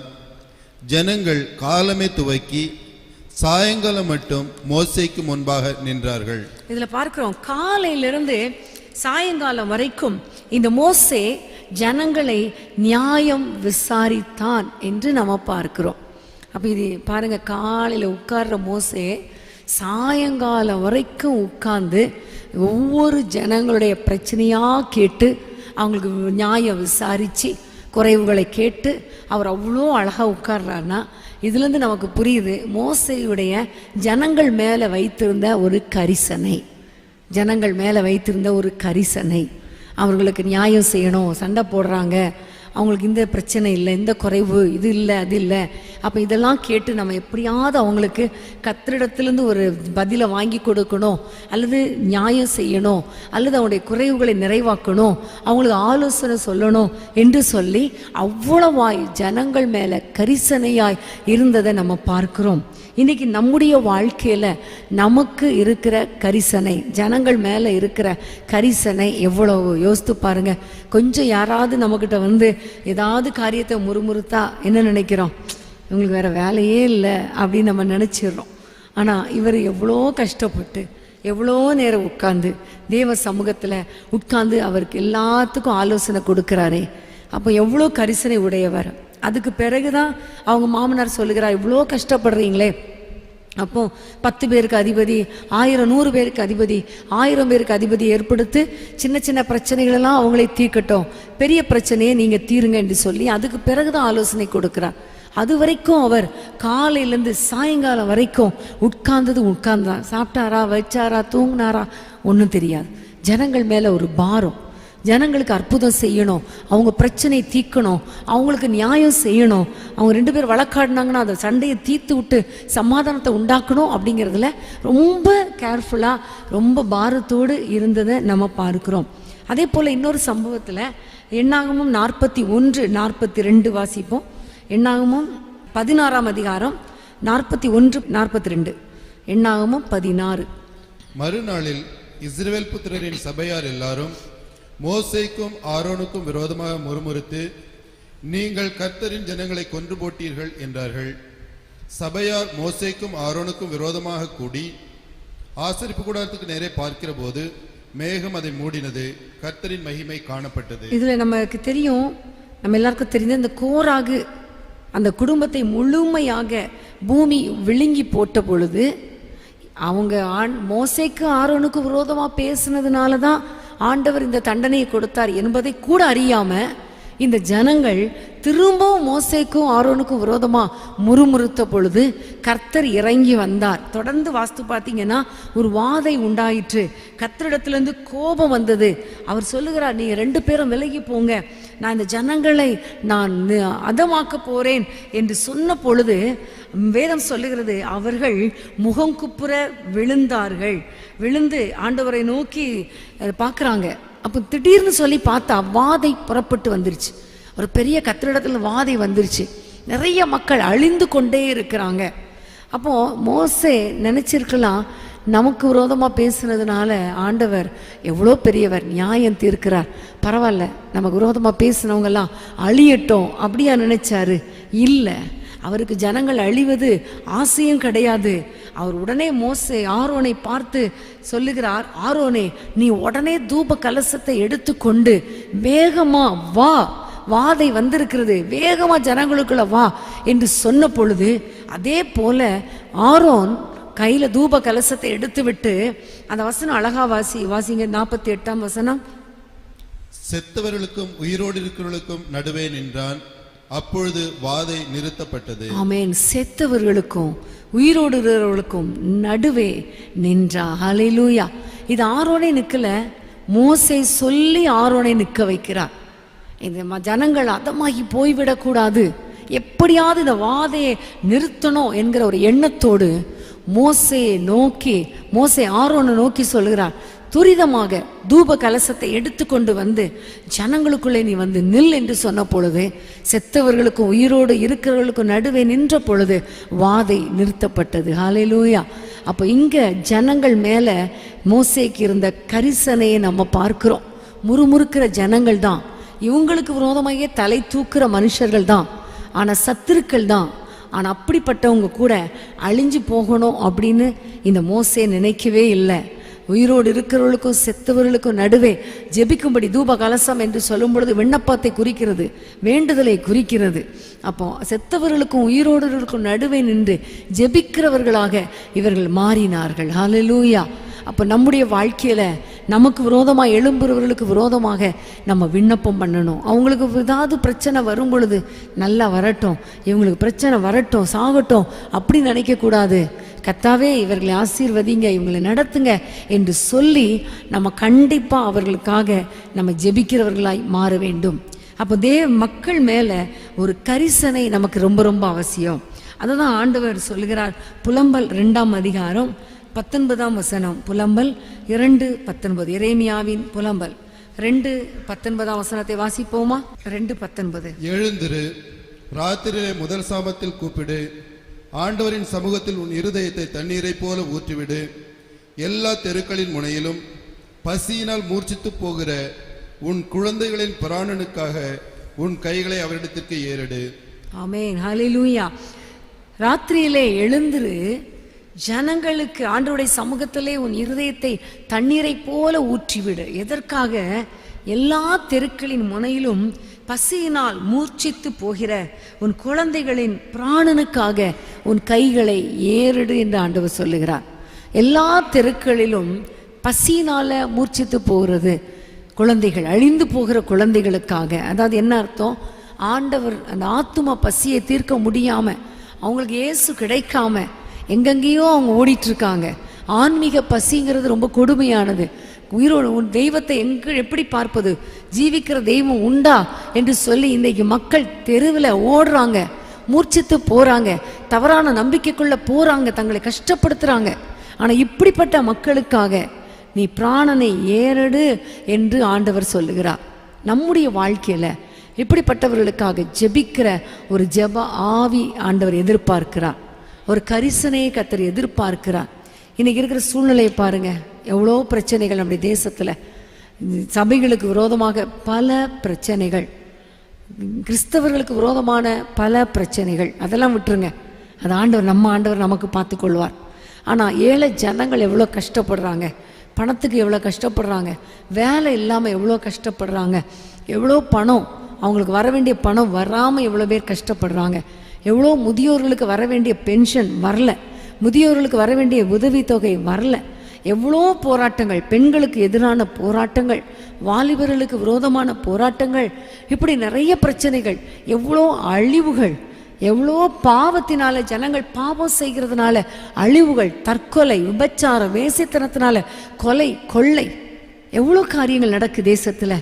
அப்போ நம்ம ஜனங்கள் மேலே கரிசனை உள்ளவர்களாக அவர்களுக்காக ஜெபிக்கணும் என்பதை மோசேயுடைய வாழ்க்கையிலிருந்து கற்றுக்கொள்வதற்கு கர்த்தர் கிருபை கொடுத்திருக்கிறார். ஹல்லேலூயா. ஒவ்வொரு நாளும் தேசத்துக்காக, மக்களுக்காக, நம்முடைய குடும்பத்தின் மக்களுக்காக, அழிந்து போகிற ஆத்துமாக்களுக்காக நம்ம ஜெபம் பண்ண வேண்டியது நம்முடைய கடமை. அவர்களுக்கு நம்மிடத்தில் ஆலோசனை தேடி வர்றவங்களுக்கு அல்லது இயேசுவை அறியாத மக்களுக்கு இயேசுவை பற்றி சொல்லி ஆண்டவர் பக்கம் திருப்ப வேண்டியதும் நம்முடைய கடமை. ஹல்லேலூயா. ஆகவே இன்றைக்கு ஆண்டவர் நமக்கு கற்றுக் கொடுக்கிற முக்கியமான காரியம் ஒன்று, மோசே வாழ்க்கையிலிருந்து நன்றி செலுத்துவதற்கு நாம் பழகிக்கொள்ளணும். ரெண்டாவது, ஜனங்கள் மேலே கரிசனை உள்ளவர்களாக இருக்க வேண்டும். ஹல்லேலூயா. எண்ணாகமும் 12ஆம் அதிகாரம் 3ஆம் வசனத்தை நாம் வாசிக்க கேட்போம். எண்ணாகமும் 12:3. மோசேயானவன் பூமியில் உள்ள சகல மனிதரிலும் மிகுந்த சாந்த குணமுள்ளவனாயிருந்தான். இந்த இடத்துல நம்ம பார்க்கிறோம், மோசே மிகுந்த சாந்த குணம் உள்ளவன். ஹல்லேலூயா. மோசேயுடைய குணத்தை குறித்து சொல்லப்பட்டிருக்கிறது, மோசே மிகுந்த சாந்த குணம் உள்ளவன். அது யார் சொல்றது? ஆண்டவரே சொல்லுகிறார். ஹல்லேலூயா. என்னுடைய தாசனாகிய மோசே மிகுந்த சாந்த குணம் உள்ளவன் என்று ஆண்டவரே சொல்லுகிறார். ஹல்லேலூயா. மோசே மிகுந்த சாந்த குணம் உள்ளவனாயிருந்தான். அப்போ மோசேயுடைய வாழ்க்கையில் சாந்த குணத்தை நம்ம பார்க்கிறோம். உண்மையிலே நீங்கள் பார்த்தீங்கன்னா 6 லட்சம் புருஷரை நடத்தி கொண்டு வர்றது, அப்புறம் பெண்கள் எல்லாரும் சேர்ந்து அவங்கள நடத்தி கொண்டு வருகிறது லேசான காரியமா? ரொம்ப கஷ்டமான காரியம் இல்லையா? ஒரு சர்ச் வச்சிருக்கிற பாஸ்டர்கிட்ட போய் கேட்டால் தெரியும், அந்த சர்ச்சை நடத்துறது அவங்களுக்கு எவ்வளோ கஷ்டம். ஒரு குடும்பத்தின் தலைவரை பாருங்களேன், வீட்டில் ஒரு 5 பேர் இருந்தா இந்த 5 பேரை சமாளிக்கிறது எவ்வளோ கஷ்டமாக இருக்குது. ஒவ்வொருத்தரும் ஒவ்வொரு விதமாக பேசுவாங்க, ஒவ்வொருத்தரும் என்னென்னவோ பண்ணுவாங்க. ஆனால் உண்மையிலே இந்த மோசே இத்தனை லட்சம் மக்களை, சுமார் 6 லட்சம் மக்களை அவர் நடத்தி கொண்டு வந்தாரே, ஆனால் கண்டிப்பாக அந்த சாந்த குணம் இல்லைன்னா நடத்தவே முடியாது. இன்றைக்கி நம்மக்கிட்ட இருக்காத ஒரு குணம் சாந்த குணம்தான். எதுக்கு எடுத்தாலும் நமக்கு கோபம் வந்துடுது, எரிச்சல் வந்துடுது. குடும்பத்தில் ஒவ்வொருத்தட்டையும் நம்ம சாந்த குணமாக இருக்கணும்னு நம்ம படிக்கிறோம். ஆனால் பிரச்சனைகள், சிச்சுவேஷன் மாறும்போது குணமும் மாறிடுது. ஆனால் ஆண்டவரிடத்தில் நம்ம இந்த காரியத்துக்காக நம்ம ஜெபிக்கணும். ஏனென்றால் ஆவியின் கனிகளில் ஒன்று சாந்த குணம். அப்போ இந்த ஆவியின் கனிகளில் ஒன்றாகிய சாந்த குணம் நமக்குள்ளே எப்போ வரும்? பரிசுத்த ஆவியானவர் நமக்குள்ளே இருந்தால் தான் வரும். இந்த பரிசுத்த ஆவியானவரோடு இணைந்து ஜெபிக்க ஜெபிக்க ஜெபிக்க தான் கர்த்தர் நம்முடைய குண நலன்களை கர்த்தர் மாற்றுவார். இந்த அன்பு, சந்தோஷம், சமாதானம், நீடிய பொறுமை, இந்த சாந்த குணம் எல்லாமே நமக்கு உள்ள வரும். அப்போ நம்முடைய வாழ்க்கையில் ஆண்டவரிடத்தில் கேட்க வேண்டிய காரியம், ஆண்டவரே என்னை சாந்த குணம் உள்ளவர்களாக எங்களை மாற்றுங்க ஆண்டவரே, மாற்றுங்க ஆண்டவரே. கலாத்தியர் 5:23 தான் ஆவியின் கனியை குறித்து சொல்லப்பட்டிருக்கிறது. மத்தேயு 21 4 வாசிப்போம். மத்தேயு 21:4. இதோ உன் ராஜா சாந்த குணமுள்ளவராய் கழுதையின் மேலும் கழுதை குட்டியாகிய மரியின் மேலும் ஏறிக்கொண்டு உன்னிடத்தில் வருகிறார் என்று சீயோன் குமாரத்திக்கு சொல்லுங்கள். இதோ உன் ராஜா சாந்த குணமுள்ளவராய். ஆண்டவர் சாந்த குணமுள்ளவர். ஹல்லேலூயா. ஆண்டவரை பற்றி உங்களுக்கு என்னெல்லாம் தெரியும் அப்படின்னு கேட்டால் நம்ம என்ன சொல்லுவோம்? முதல்ல சொல்கிறது ஜெபத்தை கேட்கிறவர், கரெக்டா? அப்புறம் அற்புதம் செய்கிறவர், அதிசயமானவர், நமக்கு நிம்மதியை தருகிறவர், சமாதானத்தை தருகிறவர், நமக்கு என்னெல்லாம் அவர் செய்வாரோ ரட்சிக்கிறவர், விடுவிக்கிறவர், அவ்வளோதான் சொல்லுவோம். ஆனால் அழகா ஆண்டவர் வேதத்தில் எழுதியிருக்கிறார், ஆண்டவர் சாந்த குணம் உள்ளவர். ஆமென். அவர் சாந்த குணம் உள்ளவராய். ஏன்னா நம்ம செய்கிற வேலைக்கெல்லாம் அவர் சாந்த குணமாக இல்லைன்னா அவ்வளோதான், என்னைக்கோ நம்மளை தூக்கி வீசியிருப்பார் இல்லையா? சாந்த குணமாக இருக்கிறதுனால தான் இன்னைக்கு வரைக்கும் நம்ம பண்ணுற தப்பெல்லாம் கர்த்தர் மன்னித்து மன்னித்து மன்னித்து பரவாயில்ல, இன்னும் கொஞ்சம் டைம் கொடுக்கலாம், இன்னும் கொஞ்சம் எக்ஸ்டென்ஷன் கொடுக்கலாம், இன்னும் 1 வருஷம் கூட்டி கொடுக்கலாம், அதனால் மனம் திரும்பிடுவான், என் பிள்ளை கனி கொடுப்பான் என்று சொல்லி கர்த்தர் நம்ம மேலே நீடிய சாந்தம் உள்ளவராக இருக்கிறார். அப்போ நம்முடைய ஆண்டவர் சாந்த குணமெல்லாம் இருக்கிறது போல நாமும் அவரை போல என்ன மாறணும்னா அவரை போல சாந்த குணம் உள்ளவர்களாய் மாற வேண்டும். ஹல்லேலூயா. இன்னைக்கு ஆண்டவரிடத்துல கேட்கணும், ஆண்டவரே மோசே போல உங்களைப் போல எனக்கு ஒரு சாந்த குணத்தை தாரும் ஆண்டவரே. பிலிப்பியர் 4:5 சொல்லுகிறது, உங்கள் சாந்த குணம் எல்லா மனுஷருக்கும் தெரிந்திருக்க கடவுது. ஆனால் நம்முடைய கோபம் என்ன செய்யுது? எல்லா மனுஷருக்கும் தெரியுது. ஆனால் இன்றைக்கு ஆண்டவரிடத்துல இந்த மிகுந்த சாந்தத்தை எங்களுக்கு தாரும் ஆண்டவரே, எங்களுக்குள்ளே ஒரு சாந்த குணத்தை தாரும். மோசேயை குறித்து எண்ணாமம் 12:3 மிகுந்த சாந்த குணம் உள்ளவன் என்று சொல்லப்பட்டிருக்கிறது. ஆனால் அவ்வளோ சாந்த குணம் உள்ளவன் கூட திடீரென்று என்ன ஆயிடுச்சு? அவருக்கு கோபம் வந்துருச்சு. ஜனங்கள் மத்தியில் கோபம் வந்துருச்சு. தண்ணி இல்லை என்று சொல்லி மேரிபாவின் தண்ணி 2 சொன்ன பொழுது ஆண்டவர் சொல்லுகிறார், நீ மோசே இந்த கண்மலை அடி என்று சொன்ன பொழுது இவருக்கு பயங்கர கோபத்தில் பயங்கர கத்திட்டு வந்து ஜனங்களை பார்த்து, நாங்கள் என்ன தண்ணி கொடுக்கறதுக்கு நாங்கள் என்ன தேவனா இப்படி முறுமுறுக்கிறீங்களே அப்படின்னு சொல்லிட்டு கத்திட்டு ஆண்டவர் பேசுன்னு சொன்னார். இவர் வந்து அடிச்சிட்டார். அப்போ அந்த இடத்துல அவருடைய கோபம் வெளிப்பட்டுருச்சு. அப்போ பாருங்க, எல்லா மனுஷனுமே மனுஷனாக இருந்தால் கோபம் வரும், உண்மைதான்.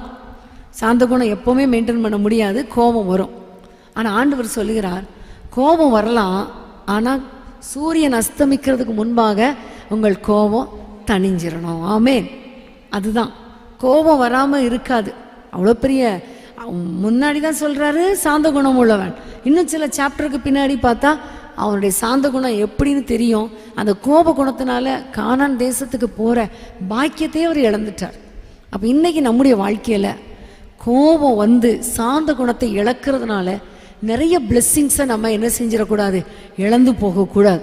அதனால் என்ன செஞ்சிடணும், உடனே ஒப்புரவாகிடணும், உடனே நம்முடைய கோபத்தை விட்டுறணும், உடனே ஆண்டவர்கிட்ட போய் மன்னிச்சிருங்க ஏசப்பா, சாரி ஏசப்பா, நான் கோவப்பட்டுட்டேன், சாந்தமாக இல்லை, என்னை மன்னிங்கன்னு சொல்லி ஆண்டவரிடத்தில் மன்னிப்பு கேட்கும்போது நம்முடைய ஆண்டவர் இரக்கம் உள்ளவர், எல்லா அநீதிகளுக்கும் நீங்களாக்கி நம்மை விடுவிக்கிற தேவனாக இருக்கிறார். ஆமென்.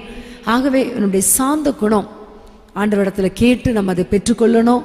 சாந்த குணத்தை கேட்க கேட்க கேட்க என்ன நடக்கும் தெரியுமா? கோபம் அதிகமாக வரும். எப்போவுமே ஒரு நல்ல குணத்தை அன்பை தாங்கப்பான்னு கேட்டால் அங்கே வெறுப்பு அதிகமாகும். கீழ்ப்படியணும் ஆண்டவரேன்னு சொல்லும் பொழுது கீழ்ப்படியவே மனசு வராது. அப்படிப்பட்ட சூழ்நிலையை சாத்தான் கொண்டு வருவான். அதே மாதிரி தான் கோவமே படக்கூடாதுன்னு காலையில் ஜெபம் பண்ணுங்களேன், அன்னைக்குள்ளே நிறைய நேரம் கோவப்பட்டுரும். இது ஏன் அப்படின்னா ஆண்டவர் ஒரு டெஸ்ட் வைக்கிறாரு. ஆனால் அந்த டெஸ்ட்டில் நம்ம என்ன செஞ்சிடறோம், ஃபெயிலியர் ஆயிரும். ஆனால் ஆண்டவரிடத்தில் கேட்க போகிறோம், எனக்கு கிருபை தாங்க ஆண்டவரே, நாங்கள் ஃபெயிலியர் ஆகக்கூடாது, மோசே மாதிரி எங்களுக்கு சாந்த குணம் தாங்க. ஆனால் அவருக்கு கடைசியில் கோவம் வந்துருச்சு. ஆனால் எங்களுக்கு கோவம் வந்தாலும் நாங்கள் ஒப்புரவாகி சமாதானமாகி சூரியன் அஸ்தமிக்கிறதுக்குள்ள அந்த கோபத்தெல்லாம் தணிஞ்சிட்டு குடும்பத்தில் சமாதானமாய் வாழ்வோம் ஆண்டவரே. ஆமென். ஹல்லேலூயா. இப்போ சாந்த குணம் உள்ளவர்களுக்கு கர்த்தர் எவ்வளோ ஆசீர்வாதங்களை கொடுக்கிறார் என்பதை நீங்கள் வசனங்களை மட்டும் நோட் பண்ணி வைத்து கொள்ளுங்க. சங்கீதம் 22:26. சங்கீதம் 22:26. சாந்த குணமுள்ளவர்கள் புசித்து திருப்தியாவார்கள். சாந்த குணமுள்ளவர்களை கர்த்தர் புசிக்கு திருப்தியாக்குவார். அடுத்தது சங்கீதம் 25:9. சாந்த குணமுள்ளவர்களுக்கு வழியை போதிப்பார். ஆமேன். 37ஆம் சங்கீதம் 11ஆம் வசனம் சொல்லுகிறது, பூமியை சுதந்திரித்துக் கொள்வார்கள். சாந்த குணமுள்ளவர்கள் பூமியை சுதந்திரித்துக் கொள்வார்கள். சங்கீதம் 147:6ஆம் வசனம் சொல்லுகிறது, சாந்த குணமுள்ளவர்களை கர்த்தர் உயர்த்துகிற தேவனாய் இருக்கிறார். ஆமேன். மத்தேயு 5ஆம் அதிகாரம் 5ஆம் வசனம் சொல்லுகிறது, சாந்த குணமுள்ளவர்கள் பாக்கியவான்கள். ஹல்லேலூயா. அவர்கள் பூமியை சுதந்திரித்துக் கொள்வார்கள். அப்போ எவ்வளோ நிறைய பிளஸட் திங்ஸ் இருக்கு இல்லையா? இப்போ நான் பைபிள் ஸ்டடிங்கிறதுனால நான் உங்களுக்கு ஒரு சின்ன காரியத்தை நான் உங்களுக்கு சொல்லிக் கொடுக்குறேன். வசனத்தெல்லாம் குறிக்கும் போது நான் பிரசங்கம் ஆனாலும் சரி, பைபிள் ஸ்டடி ஆனாலும் சரி, இப்போ நோட்ஸ் எடுக்கிறவங்களுக்கு ஒரு சின்ன காரியம் எப்படின்னா, இப்போ நான் சங்கீதம் 22:26 அப்படின்னு சொல்லும்போது நீங்கள் எப்படி எழுதணும் அப்படின்னீங்கன்னா 22:26ன்னு எழுதிடணும். ஃபஸ்ட்டு 22:26 எழுதிட்டு முடிச்சுட்டு அப்புறம் சங்கீதம் போடணும். சங்கீதம் மைண்டில் இருக்கும். ஆனால் சங்கீதம்னு எழுதுறதுக்குள்ளே 22:26 மறந்துடும். இது பொதுவான காரியம். அதனால் எப்போவுமே என்ன செஞ்சிடணும், டக்குன்னு நம்பர்ஸை எழுதிட்டு உடனே சங்கீதம் போட்டுடணும். அடுத்த சங்கீதம் சொல்லும்போது சங்கீதம் 25:9 அப்படிங்கும்போது 25:9 முதல்ல எழுதிட்டு அப்புறமா சங்கீதம். லூக்கால இதை 5, மத்தேயு 5:5னா 5:5 எழுதிட்டு அப்புறமா நீங்கள் மத்தேயு. இப்படி நான் அந்த வசனம் சொல்கிறதுக்குள்ளே நீங்கள் மத்தேயு எழுதிடலாம். ஆனால் நீங்கள் முதல்ல மத்தேயு எழுதினீங்கன்னா என்ன சொன்னாங்கன்னு தெரியலையே, அப்புறம் நீங்கள் போய் பக்கத்தில் உள்ளவங்களுக்கு கேட்பீங்க. பக்கத்தில் உள்ளவங்க உங்களால் நான் கவனிக்கலைன்னு சொல்லுவாங்க.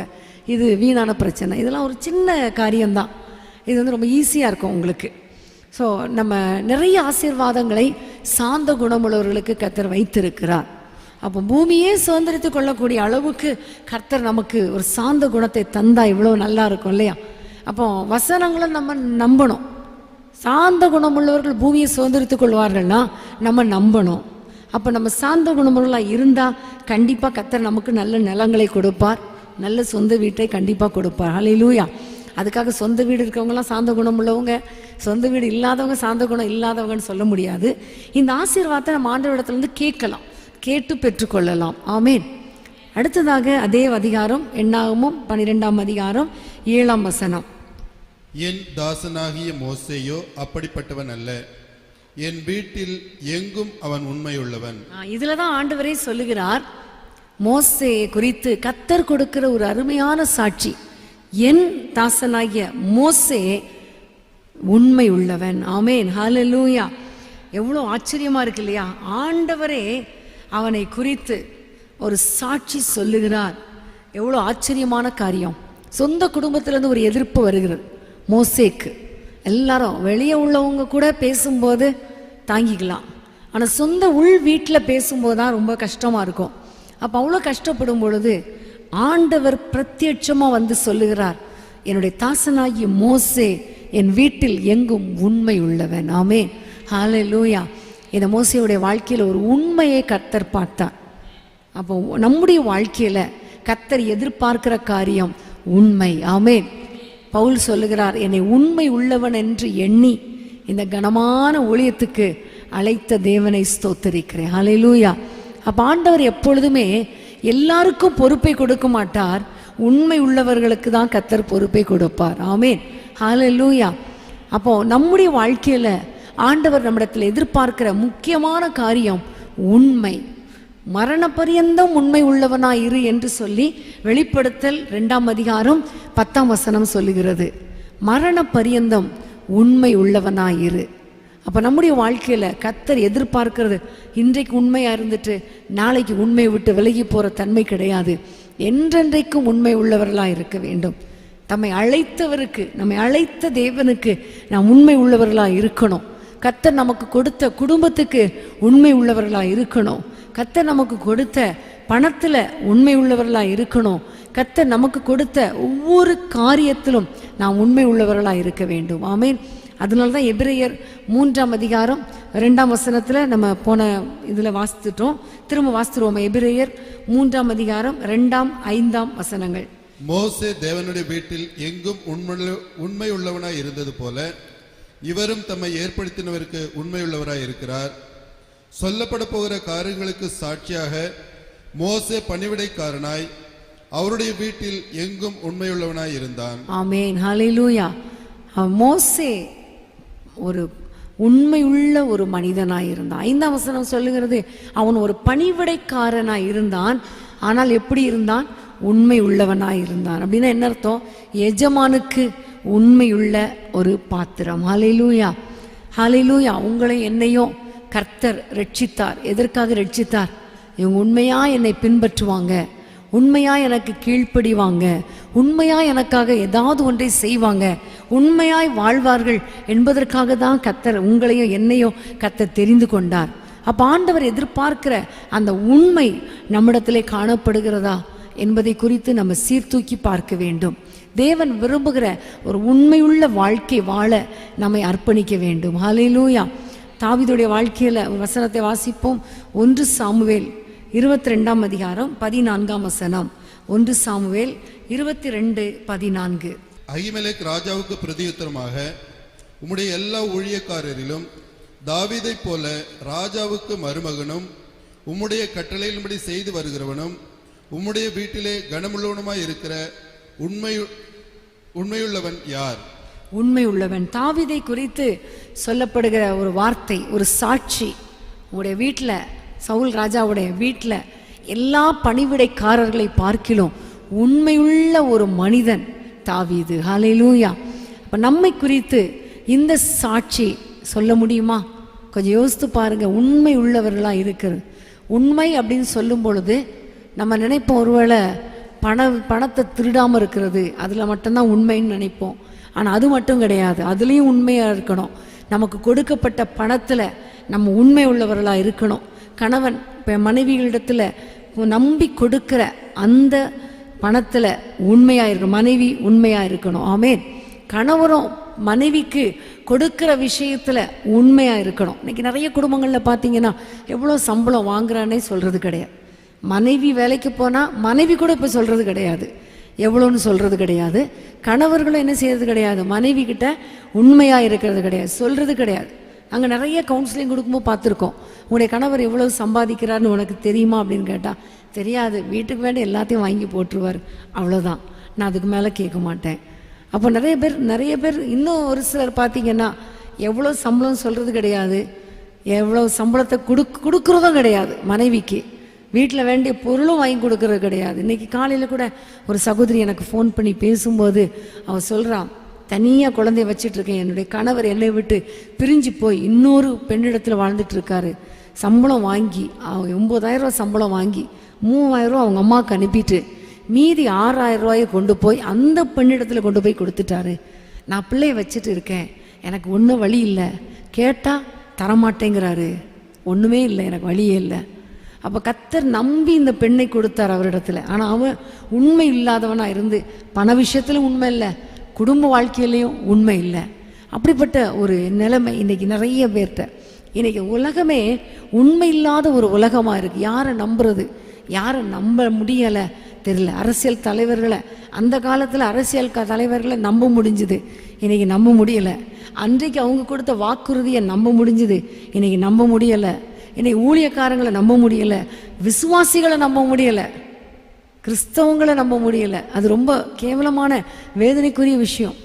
சொல்கிறாங்க, கிறிஸ்தவங்களை நம்ப முடியலப்பா, கிறிஸ்தவங்களை நம்பி வீட்டை கொடுக்க முடியல, நிறைய பேர் சொல்கிறாங்க.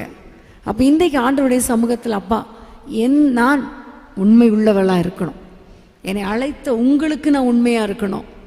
நீங்கள் என்னை எதற்காக இந்த உலகத்தில் அழைத்தீர், எதற்காக ரட்சித்தீர், அந்த வேலையை நம்ம செய்து முடிக்கிறது தான் உண்மை. அதை நான் உண்மையாக இருக்கணும் ஆண்டவரே. ரெண்டாவது, நீர் எனக்கு கொடுத்த குடும்பத்தில் நான் உண்மையாக இருக்கணும் ஆண்டவரே. என்னுடைய குடும்பத்தின் பிள்ளைகளுக்கு நான் உண்மையாக இருக்கணும். என்னை குறித்து தவறாக என்னுடைய குடும்பத்தினர் ஒரு சாட்சி கூட சொல்லக்கூடாது, அந்த அளவுக்கு நான் உண்மையாக இருக்கணும். ரெண்டாவது, மூன்றாவது, நான் வேலை பார்க்குற இடத்துல நான் உண்மை உள்ளவர்களாக இருக்கணும். இவங்களை நம்பி எதை வேணால் வேலையை கொடுக்கலாம், இவங்களை நம்பி எத்தனை லட்சம் பணத்தையும் கொடுக்கலாம் என்று சொல்லக்கூடிய அளவுக்கு ஒரு உண்மை உள்ளவர்களாக இருக்கணும் ஆண்டவரே வேலை செய்கிற ஸ்தலத்தில். அடுத்தது நம்முடைய சபையின் போதகருக்கு. நம்ம ஒரு சபையில் கொண்டு போய் அங்கத்தினராக கர்த்தர் வைத்திருக்கிறாருன்னா அந்த சபைக்கு நான் உண்மை உள்ளவர்களாக இருக்கணும், உத்தமர்களாக இருக்கணும். அடுத்தது நம்முடைய கையில் ஆண்டவர் கொடுத்த பொருளாதாரத்தில் நம்ம உண்மை உள்ளவர்களாக இருக்கணும். ஆமென். எங்கே போனாலும் உண்மை உள்ளவர்களாக இருக்கணும். ஹல்லேலூயா. அப்போ நம்முடைய வாழ்க்கையில் ஆண்டவரை பார்த்து கேட்க போகிற, ஆண்டவரே நாங்கள் உண்மையுள்ள ஒரு வாழ்க்கையை வாழ, மோசே போல வாழ எங்களுக்கு கிருபை தார். யோசேப்புடைய வாழ்க்கையில் உண்மை இருந்ததுனால தான் போத்திபார் அவ்வளோ காரியத்துக்கும் அதிகாரியாக வச்சுட்டு ஒரு காரியத்தை கூட விசாரிக்க மாட்டார். அவன் சொல்கிறான், எனக்கு எதை குறித்து அவர் விசாரிக்க மாட்டார், எல்லாத்தையும் எனக்கு கீழ்ப்படுத்தி இருக்கிறாரு, ஒன்றை தவிர போத்திபாருடைய மனைவியை தவிர, இதில் நான் உண்மையாக இருக்கணும் என்று சொல்லி அவன் உண்மையாக இருந்தான். சிறைச்சாலையில் போனால் அங்கேயும் அவன் உண்மைக்குரியவனாய் நடந்ததுனால அவன் எதை குறித்தும் எல்லாவற்றையும் ஒப்பு கொடுத்து எதை குறித்தும் விசாரிக்கலை.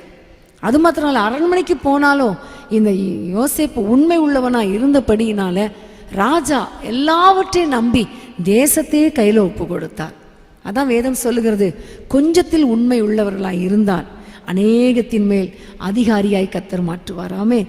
நம்ம கொஞ்சத்தில், நம்ம கொடுக்கப்பட்ட கொஞ்ச வருமானத்தில், நம்முடைய சொந்த குடும்பத்தில், நம்முடைய கொஞ்சம் பொறுப்புகளில் நம்ம உண்மை உள்ளவர்களாக இருக்கும் பொழுது கர்த்தர் நம்மை அநேகத்தின் மேல் அதிகாரியாய் மாற்றுவார். போத்திபார் வீட்டில் உண்மையாக இருந்தான், ஒரு டிபார்ட்மெண்ட்டுக்கு உண்மை உள்ளவனாக பெரிய அதிகாரியாக மாறினான். அந்த டிபார்ட்மெண்ட்டில் அவன் உண்மை உள்ளவனாக இருந்தான், முழு தேசத்துக்குமே அதிகாரியாய் கர்த்தர் மாற்றினார். ஹல்லேலூயா. அந்த ஒரு தேசத்தையே உண்மையாக இருந்ததுனால அவன் முழு குடும்பத்துக்கும் ஆசீர்வாதமாக இருந்தான். ஆமென். அப்போ உங்களுடைய வாழ்க்கையில் இன்றைக்கி ஆண்டவரை பார்த்து சொல்லணும், ஆண்டவரே உண்மையுள்ள ஒரு வாழ்க்கை வாழ எனக்கு கிருபை தாரும் ஆண்டவரே. ஆமென். அப்போ உண்மை உள்ள மனுஷனுக்கு கிடைக்கிற ஆசீர்வாதம் கொஞ்சத்தில் நம்ம உண்மையாக இருந்தால் அநேகத்தின் மேல் அதிகாரியாய் மாற்றுகிறார்.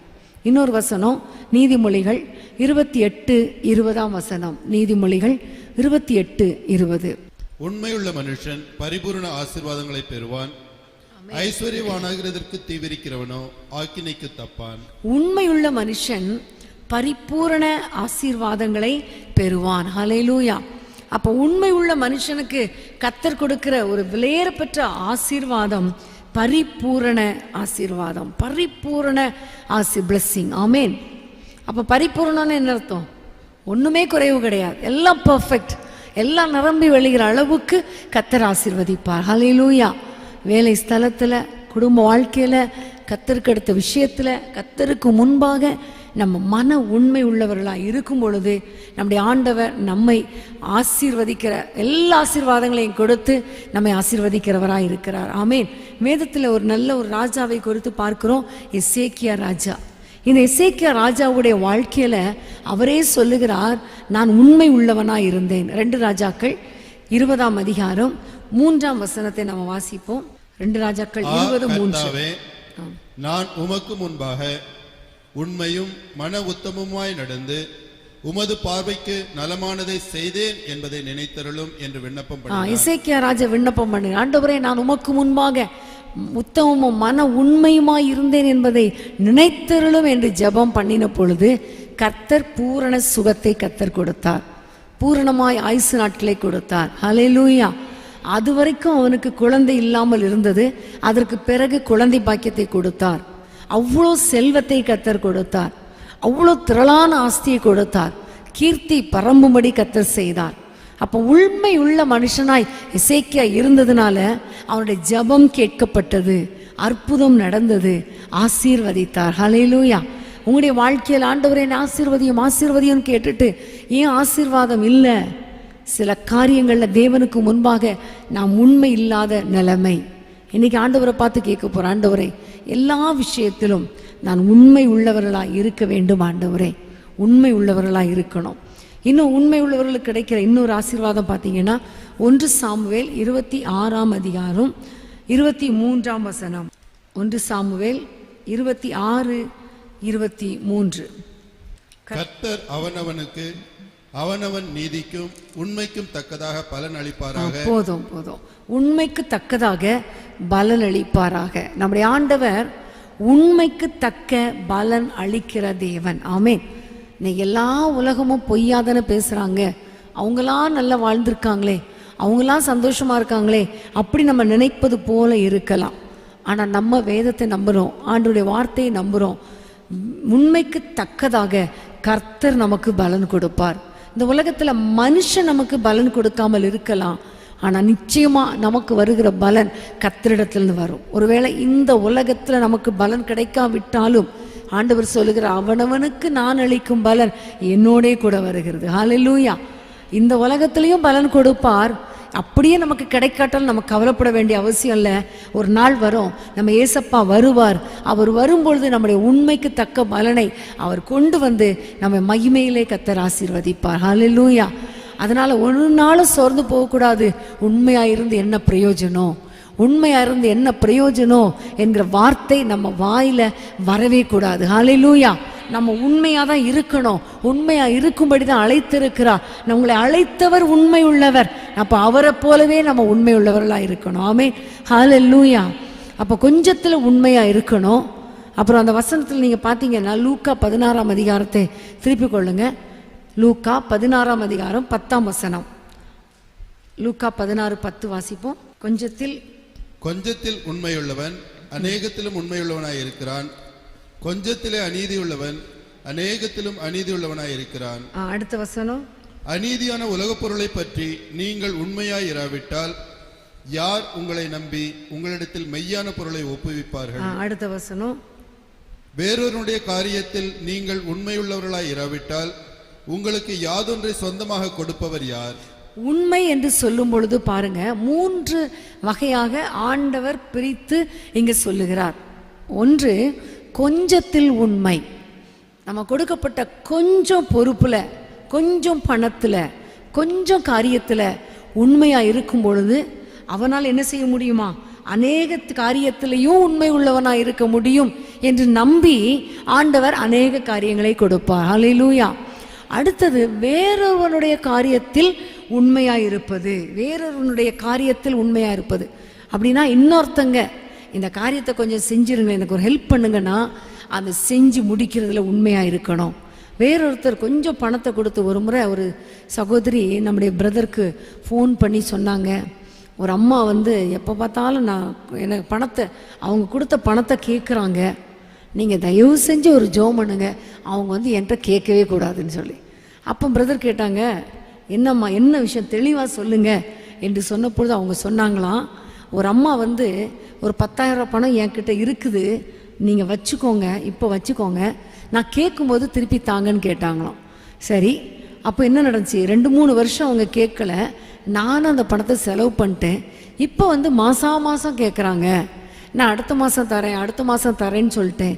இப்போ என் கையில் இல்லை பிரதர், நான் என்ன செய்கிறது? இல்லை. அதனால் என்ன சொல்லியிருக்கிறேன், அடுத்த மாதம் சொல்கிறேன், ஆனால் நீங்கள் ஸ்ட்ராங்காக ஜெபம் பண்ணுங்க பிரதர்.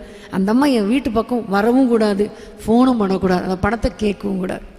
அப்போ பிரதர் சொன்னாங்களாம், அது யார் பணம்? அவங்க பணம். அப்போது நீங்கள் அதை கேட்டதை கொடுக்கணும்ல. நானாக கேட்டேன், அவங்க தானே கொண்டு தந்தாங்க, இப்போ கேட்டால் எப்படி? அப்போ ஏன் நீங்கள் வாங்குனீங்க? அப்படியே உங்களுக்கு செலவு பண்ண முடியாதுன்னா பேங்க்கில் போட்டு வச்சுருக்க வேண்டியது தானே. நீங்கள் என்ன செய்வீங்களோ செய்ய மாட்டீங்களோ தெரியாது, நீங்கள் அந்த பணத்தை முதல்ல செட்டில் பண்ணுங்கள். நான் எதுக்கு ஜெபமே பண்ண மாட்டேன்னு சொல்லி வச்சுட்டாங்க. அதோடு அந்த அம்மா கூப்பிட்றதும் கிடையாது. இல்லைன்னா எப்போ பார்த்தாலும் மகளுக்காக ஜெபம் பண்ணுங்க, பேத்திக்காக ஜெபம் பண்ணுங்க, அட்மிஷனுக்கு யூகேஜி அட்மிஷன் பேத்திக்கு ஜெபம் பண்ணுங்க, ஜெப குறிப்பு வந்துகிட்டே இருக்கும். அதுக்கப்புறம் ஜெபத்தையே காணும். அப்போ பாருங்கள், அடுத்தவனுடைய விஷயத்தில் உண்மை உள்ளவர்களாக இருக்க வேண்டும். ஆமென். ஹல்லேலூயா. அப்போ அடுத்தவனுடைய விஷயத்தில் நம்ம உண்மையாக இல்லைன்னா நம்மளை நம்பி யாருமே என்ன செய்ய மாட்டாங்க, பொறுப்புகளை ஒப்படைக்க மாட்டாங்க. அடுத்தது, அநீதியான உலக பொருளில் உண்மை. அநீதியான உலக பொருளில் நம்ம உண்மை, அழிந்து போகிற பொருள், அவ்வளோதான், முடிஞ்சு போச்சு. ஆனால் அதில் கூட ஆண்டவர் சொல்லுகிறார், உண்மை உள்ளவர்களாக இருக்க வேண்டும். ஹல்லேலூயா. அப்போ அதில் நம்ம உண்மை உள்ளவர்களாக இருக்கும் பொழுது தான் மெய்யான பொருளை ஆண்டவர் நமக்கு கொடுப்பார். ஹல்லேலூயா. அப்போ நம்முடைய வாழ்க்கையில் இன்றைக்கி இந்த 3 காரியத்தை நீங்கள் மறந்துடாதீங்க. கொஞ்சத்தில் உண்மை, அநீதியான உலக பொருளில் உண்மை, வேறொருவனுடைய காரியத்தில் உண்மை. ஹல்லேலூயா. யூதாஸ், நான் உங்களுக்கு ஏற்கனவே சொன்னேன், யூதாஸுடைய வாழ்க்கையில் பார்த்தீங்கன்னா பண ஆசை பிடிச்சி அவன் என்ன பண்ணான், வெள்ளிக்காசு 20 வெள்ளிக்காசு தான், 30 வெள்ளிக்காசு தான், நான் ஆண்டவரை காட்டி கொடுத்துறேன்னு காட்டி கொடுத்துட்டான். அப்போ அவனுக்கு அநீதியான இந்த உலக பொருள் மேலே ஒரு ஆசை வந்துருச்சு. ஏசப்பாவோட அநீதியான உலக பொருள் அவனுக்கு ஆசை வந்துருச்சு. ஆனால் காட்டி கொடுத்த பிறகு, ஆண்டவரை பிடிச்சிட்டு போன பிறகு அவன் நிம்மதி இருந்துச்சா? நிம்மதியே இல்லை, அவனுக்குள்ள நிம்மதியே இல்லை. அதனால தான் அவன் என்ன பண்ணான், ஐயோ குற்றமற்ற ரத்தத்தை காட்டி கொடுத்துட்டனே, இந்தாங்க இந்த பணத்தை பிடிங்க, நீங்கள் அவரை விட்டுருங்க, இந்த பணத்தை பிடிங்கன்னு போய் கொடுத்தான். ஆனால் அவங்க சொல்லிட்டாங்க, அது ஓம் பாடு அவர் பாடு, எனக்கு தெரியாது, ஓம் பணம் எங்களுக்கு வேண்டாம், முடிஞ்சு போச்சு எங்கள் கதை. அப்போ அவனுக்குள்ளே எவ்வளோ வாதிச்சிருந்துன்னா அவன் போய் தற்கொலை பண்ணியிருப்பான் இல்லையா? தற்கொலை பண்ணுற அளவுக்கு அவன் போனான்னா அவனுடைய இருதயத்தில் எவ்வளோ வாதிச்சிருந்திருக்கும். அப்போ அநீதியான இந்த உலக பொருள்னால நமக்கு ஆசீர்வாதம் கிடையாது. நம்ம நினைக்கிறோம் இது ஒரு ஆசீர்வாதம்னு சொல்லி, ஆனால் அதனால இந்த ஆசீர்வாதமும் கிடையாது. கடைசியில் யூதாஸ் மெய்யான பொருளை என்ன செஞ்சிட்டான்? இழந்துட்டான். பரலோகத்துக்கு போகக்கூடிய பாக்கியத்தை இழந்துட்டான். இந்த உலகத்தில் ஆண்டவருக்கு ஊழியம் செய்யக்கூடிய பாக்கியத்தை இழந்துட்டான். அப்போ நம்முடைய வாழ்க்கையில் உலக பொருள் மேலே உண்மையாக இருக்கணும், மற்றவங்க விஷயத்தில் உண்மையாக இருக்கணும், நமக்கு கொடுக்கப்பட்ட காரியத்தில் உண்மையாக இருக்கணும், வார்த்தையை காப்பாற்றுறதுல உண்மையாக இருக்கணும் இல்லையா? ஆணையிட்டதில் நஷ்டம் வந்தாலும் தவறாதிருக்கிறான் என்று சங்கீதம் 15ஆம் சங்கீதம் 4ஆம் வசனம் சொல்லுகிறது. ஆணையிட்டதில் தனக்கு நஷ்டம் வந்தாலும் அவன் தவறாதிருக்கிறான். அப்போ ஒருத்தங்களுக்கு வார்த்தை கொடுத்துட்டா அதை காப்பாற்றுறதுல நம்ம எப்படி இருக்கணும்? உண்மை உள்ளவர்களாக இருக்கணும். எல்லாவற்றுக்கும் மேலாக பார்த்தீங்கன்னா நேரத்தில் உண்மையாக இருக்கணும். நமக்கு கர்த்தர் கொடுத்த டைமில் உண்மையாக இருக்க வேண்டும். எல்லாருக்கும் ஒரே டைம் தான் கர்த்தர் கொடுக்குறார். பணக்காரனுக்கு 28 மணி நேரம், ஏழைகளுக்கு 10 மணி நேரம். அதனால தான் அவங்களால சரியாக உழைக்க முடியலை. அப்படியா இருக்குது? இல்லை, எல்லாத்துக்கும் ஒரே டைம் தான். அரசியல் தலைவர்களுக்கும் ஒரே டைம், நமக்கும் ஒரே டைம் தான், எல்லாத்துக்கும் ஒரே டைம் தான். ஆனால் ஏன் சிலர் சாதிக்கிறாங்க அப்படின்னு பார்த்தீங்கன்னா, இந்திரா காந்தியை பற்றி சொல்லுவாங்க, ஒரு நாளைக்கு 4 மணி நேரம் தான் அவங்க தூங்குவாங்களாம், வெறும் 4 மணி நேரம். அப்போ அவங்க 20 hours ஒர்க் பண்ணுறாங்க. அப்போ ராத்திரி கூட ஒர்க் பண்ணுவாங்களாம். டிஜிஎஸ் தினகரன் ஐயா கிட்ட போய் நாங்கள் ஒரு முறை இந்த இன்டர்வியூ இளைய தலைமுறைக்கு போகும்போது, எங்களுக்கு அவங்க இன்டர்வியூ கொடுத்த பிறகு எங்களை ராத்திரி அனுப்பி வச்சுட்டு அதுக்கு பிறகு அவங்க ஷூட்டிங் கொடுக்குறாங்க. அந்த ராத்திரி திரும்ப 12 மணிக்கு மேலே அடிக்கடி அவங்க ராத்திரி நேரத்தில் உட்காந்து ஷூட்டிங் கொடுப்பாங்களாம். பகல் நேரத்தில் ஆஃபீஸ் ஒர்க்கை கவனிப்பாங்களாம். அப்போ எவ்வளோ பாருங்கள், பேங்க்கில் ஒர்க் பண்ணும் பொழுதும் பகலில் ஃபுல்லாக பேங்க் ஒர்க்கு, ஈவினிங்கில் ப்ரேயர், ஈவினிங்கில் திரும்ப மாலை கூட்டங்கள், இப்படி ஜப ஊழியங்கள் எல்லாவற்றையும் அவங்க செஞ்சுருக்காங்க. இன்றைக்கி அதனால தான் சாதனை படைச்சிருக்காங்க. ஆனால் இன்றைக்கி நம்ம என்ன செய்கிறோம்? எவ்வளோ டைம் கொடுக்குறாரு ஆண்டவர். டைமை நம்ம உண்மையாக இருக்கிறோமா? இல்லை, தூங்கி தூங்கி நம்ம நேரத்தை நிறைய கழிக்கிறோம், பேசி பேசி நம்முடைய நேரத்தை நிறைய கழிக்கிறோம், வீணான காரியங்களுக்கு நம்ம டைமை நிறைய ஸ்பெண்ட் பண்ணுறோம், சாப்பிட்றதுக்கே நிறையா ஸ்பெண்ட் பண்ணுறோம் டைமை. அப்போ ஆண்டவர் நம்மிடத்தில் எதிர்பார்க்கிற காரியம் நேரத்தில் உண்மை, நமக்கு கொடுக்கப்பட்ட நேரத்தில் உண்மை, நமக்கு கொடுக்கப்பட்ட பொறுப்புகளில் உண்மை. அது மட்டும் இல்லை, நம்முடைய கொடுக்கப்பட்ட ஊழியத்தில் உண்மையாக இருக்கணும். சின்ன ஊழியமாக இருக்கலாம், அந்த சின்ன ஊழியத்தில் நம்ம உண்மை உள்ளவர்களாக இருக்கும்போது கர்த்தர் பெரிய காரியங்களை செய்வார். இங்கே இருக்கிற எல்லாருமே ஆல்மோஸ்ட் பார்த்தீங்கன்னா, இன்றைக்கி வந்திருக்கவங்க எல்லாருமே நம்முடைய இயேசு சந்திக்கிற ஊழியத்துலேயும் உங்களுடைய சபை ஊழியத்திலும் ஏதாவது ஒரு பொறுப்பில் இருக்கிறவங்க தான் நீங்கள் வந்திருக்கிறீங்க இல்லையா? அப்போது ஒருவேளை சேர் போடுற வேலை, அப்புறம் ஜெபிக்கிற வேலை, காணிக்க கொடுக்குற அந்த ஊழியம், இப்படி நீங்கள் தனிப்பட்ட விதத்தில் உங்களுக்கென்று கர்த்தர் கொடுத்த பொறுப்புகள் ஊழியத்தில் நீங்கள் இருக்கலாம். இந்த ஊழியத்தில் நீங்கள் உண்மையாக இருக்கும் பொழுது கர்த்தர் உங்களை நெக்ஸ்ட் லெவலில் கர்த்தர் ஆசீர்வதிப்பா. ஹல்லேலூயா. அப்புறம் பேச்சில் நம்ம உண்மையாக இருக்கணும், வார்த்தையில் உண்மையாக இருக்கணும். இன்னைக்கு ஒன்று சொல்லி நாளைக்கு ஒன்று சொல்லக்கூடாது. சகரியா வாசிங்க, சகரியா 8:16. நீங்கள் செய்ய வேண்டிய காரியங்கள் என்னவென்றால், அவனவன் பிறனோட உண்மையை பேசுங்கள், உங்கள் வாசல்களில் சத்தியத்திற்கும் சமாதானத்திற்கும் ஏற்க நியாயம் தீருங்கள். பேச்சில் உண்மை. ஆமேன். அவனவன் தன் தன் சகோதரனோட உண்மையை பேசக்கட, மற்றவங்களிடத்துல உண்மையை பேசணும். இன்னைக்கு கொஞ்சம் பிளான் பண்ணி வீட்டில் போய் ஒரு லிஸ்ட் போட்டு நம்ம எத்தனை பொய் சொன்னோம் அப்படின்னு எழுதுனீங்கன்னா நல்லா தெரியும்.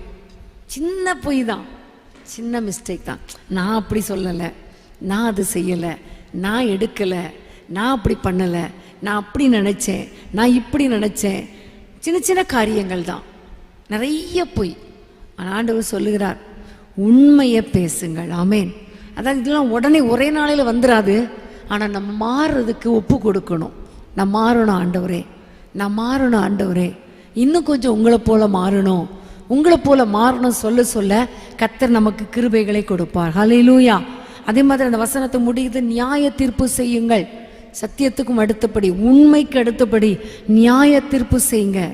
நீங்கள் நியாயம் தீர்க்கும் பொழுது 2 பேருக்கு இடையில நியாயம் பண்ணுறீங்கன்னா நீங்கள் உண்மையாக நியாயம் தீர்க்கணும்.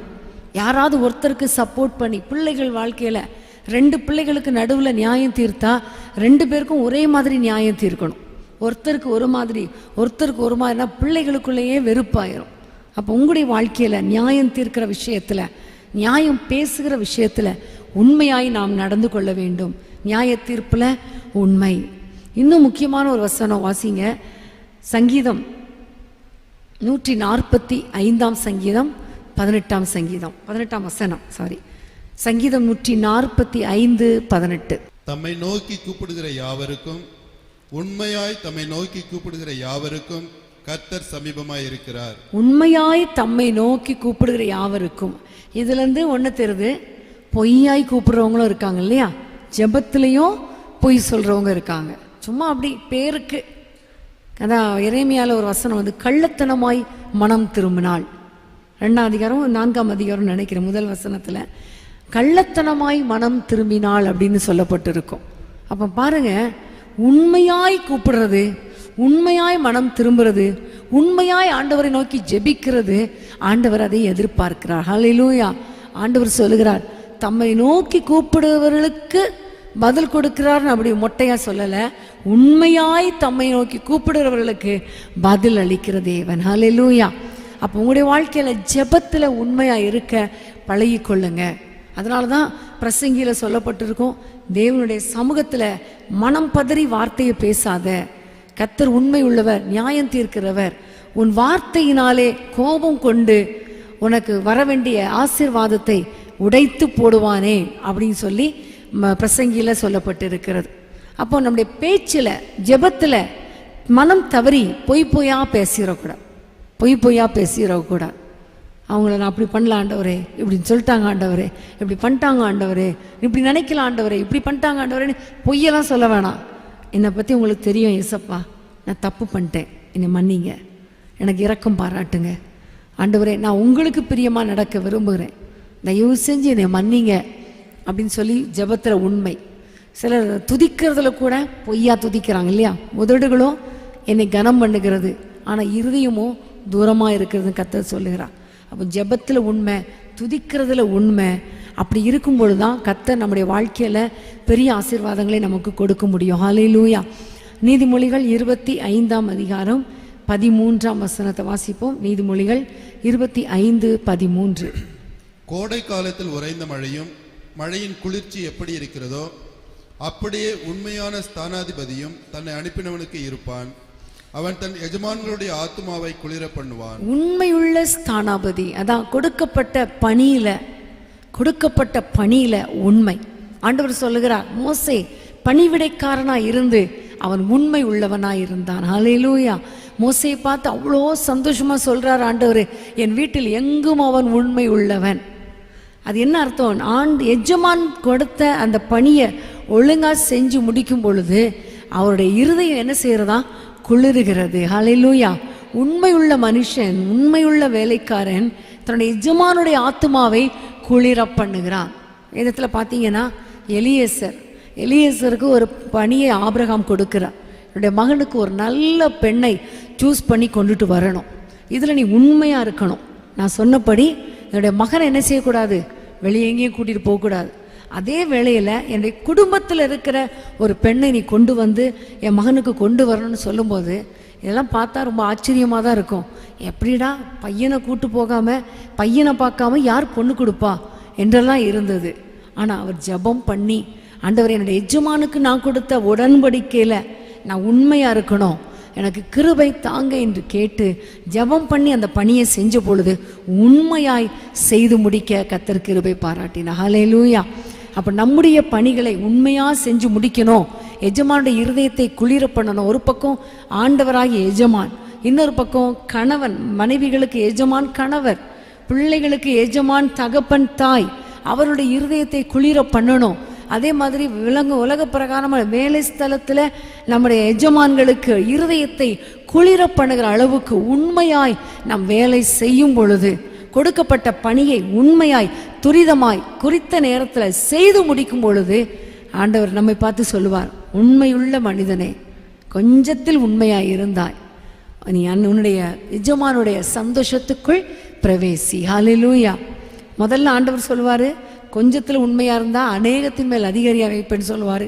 இன்னொரு இடத்துல சொல்லுவார், கொஞ்சத்தில் உண்மையாக இருந்ததுனால உன் எஜமானுடைய சந்தோஷத்துக்குள்ள பிரவேசின்னு ஆண்டவர் சொல்லுகிறார். ஹல்லேலூயா. அப்போ உண்மை உள்ளவர்களுக்கு கர்த்தர் வாசஸ்தலத்தை ஆயத்தம் பண்ணி வைத்திருக்கிறார். நித்திய காலமாய் வாழக்கூடிய பாக்கியத்தை கர்த்தர் நமக்கு கொடுப்பார். ஹல்லேலூயா.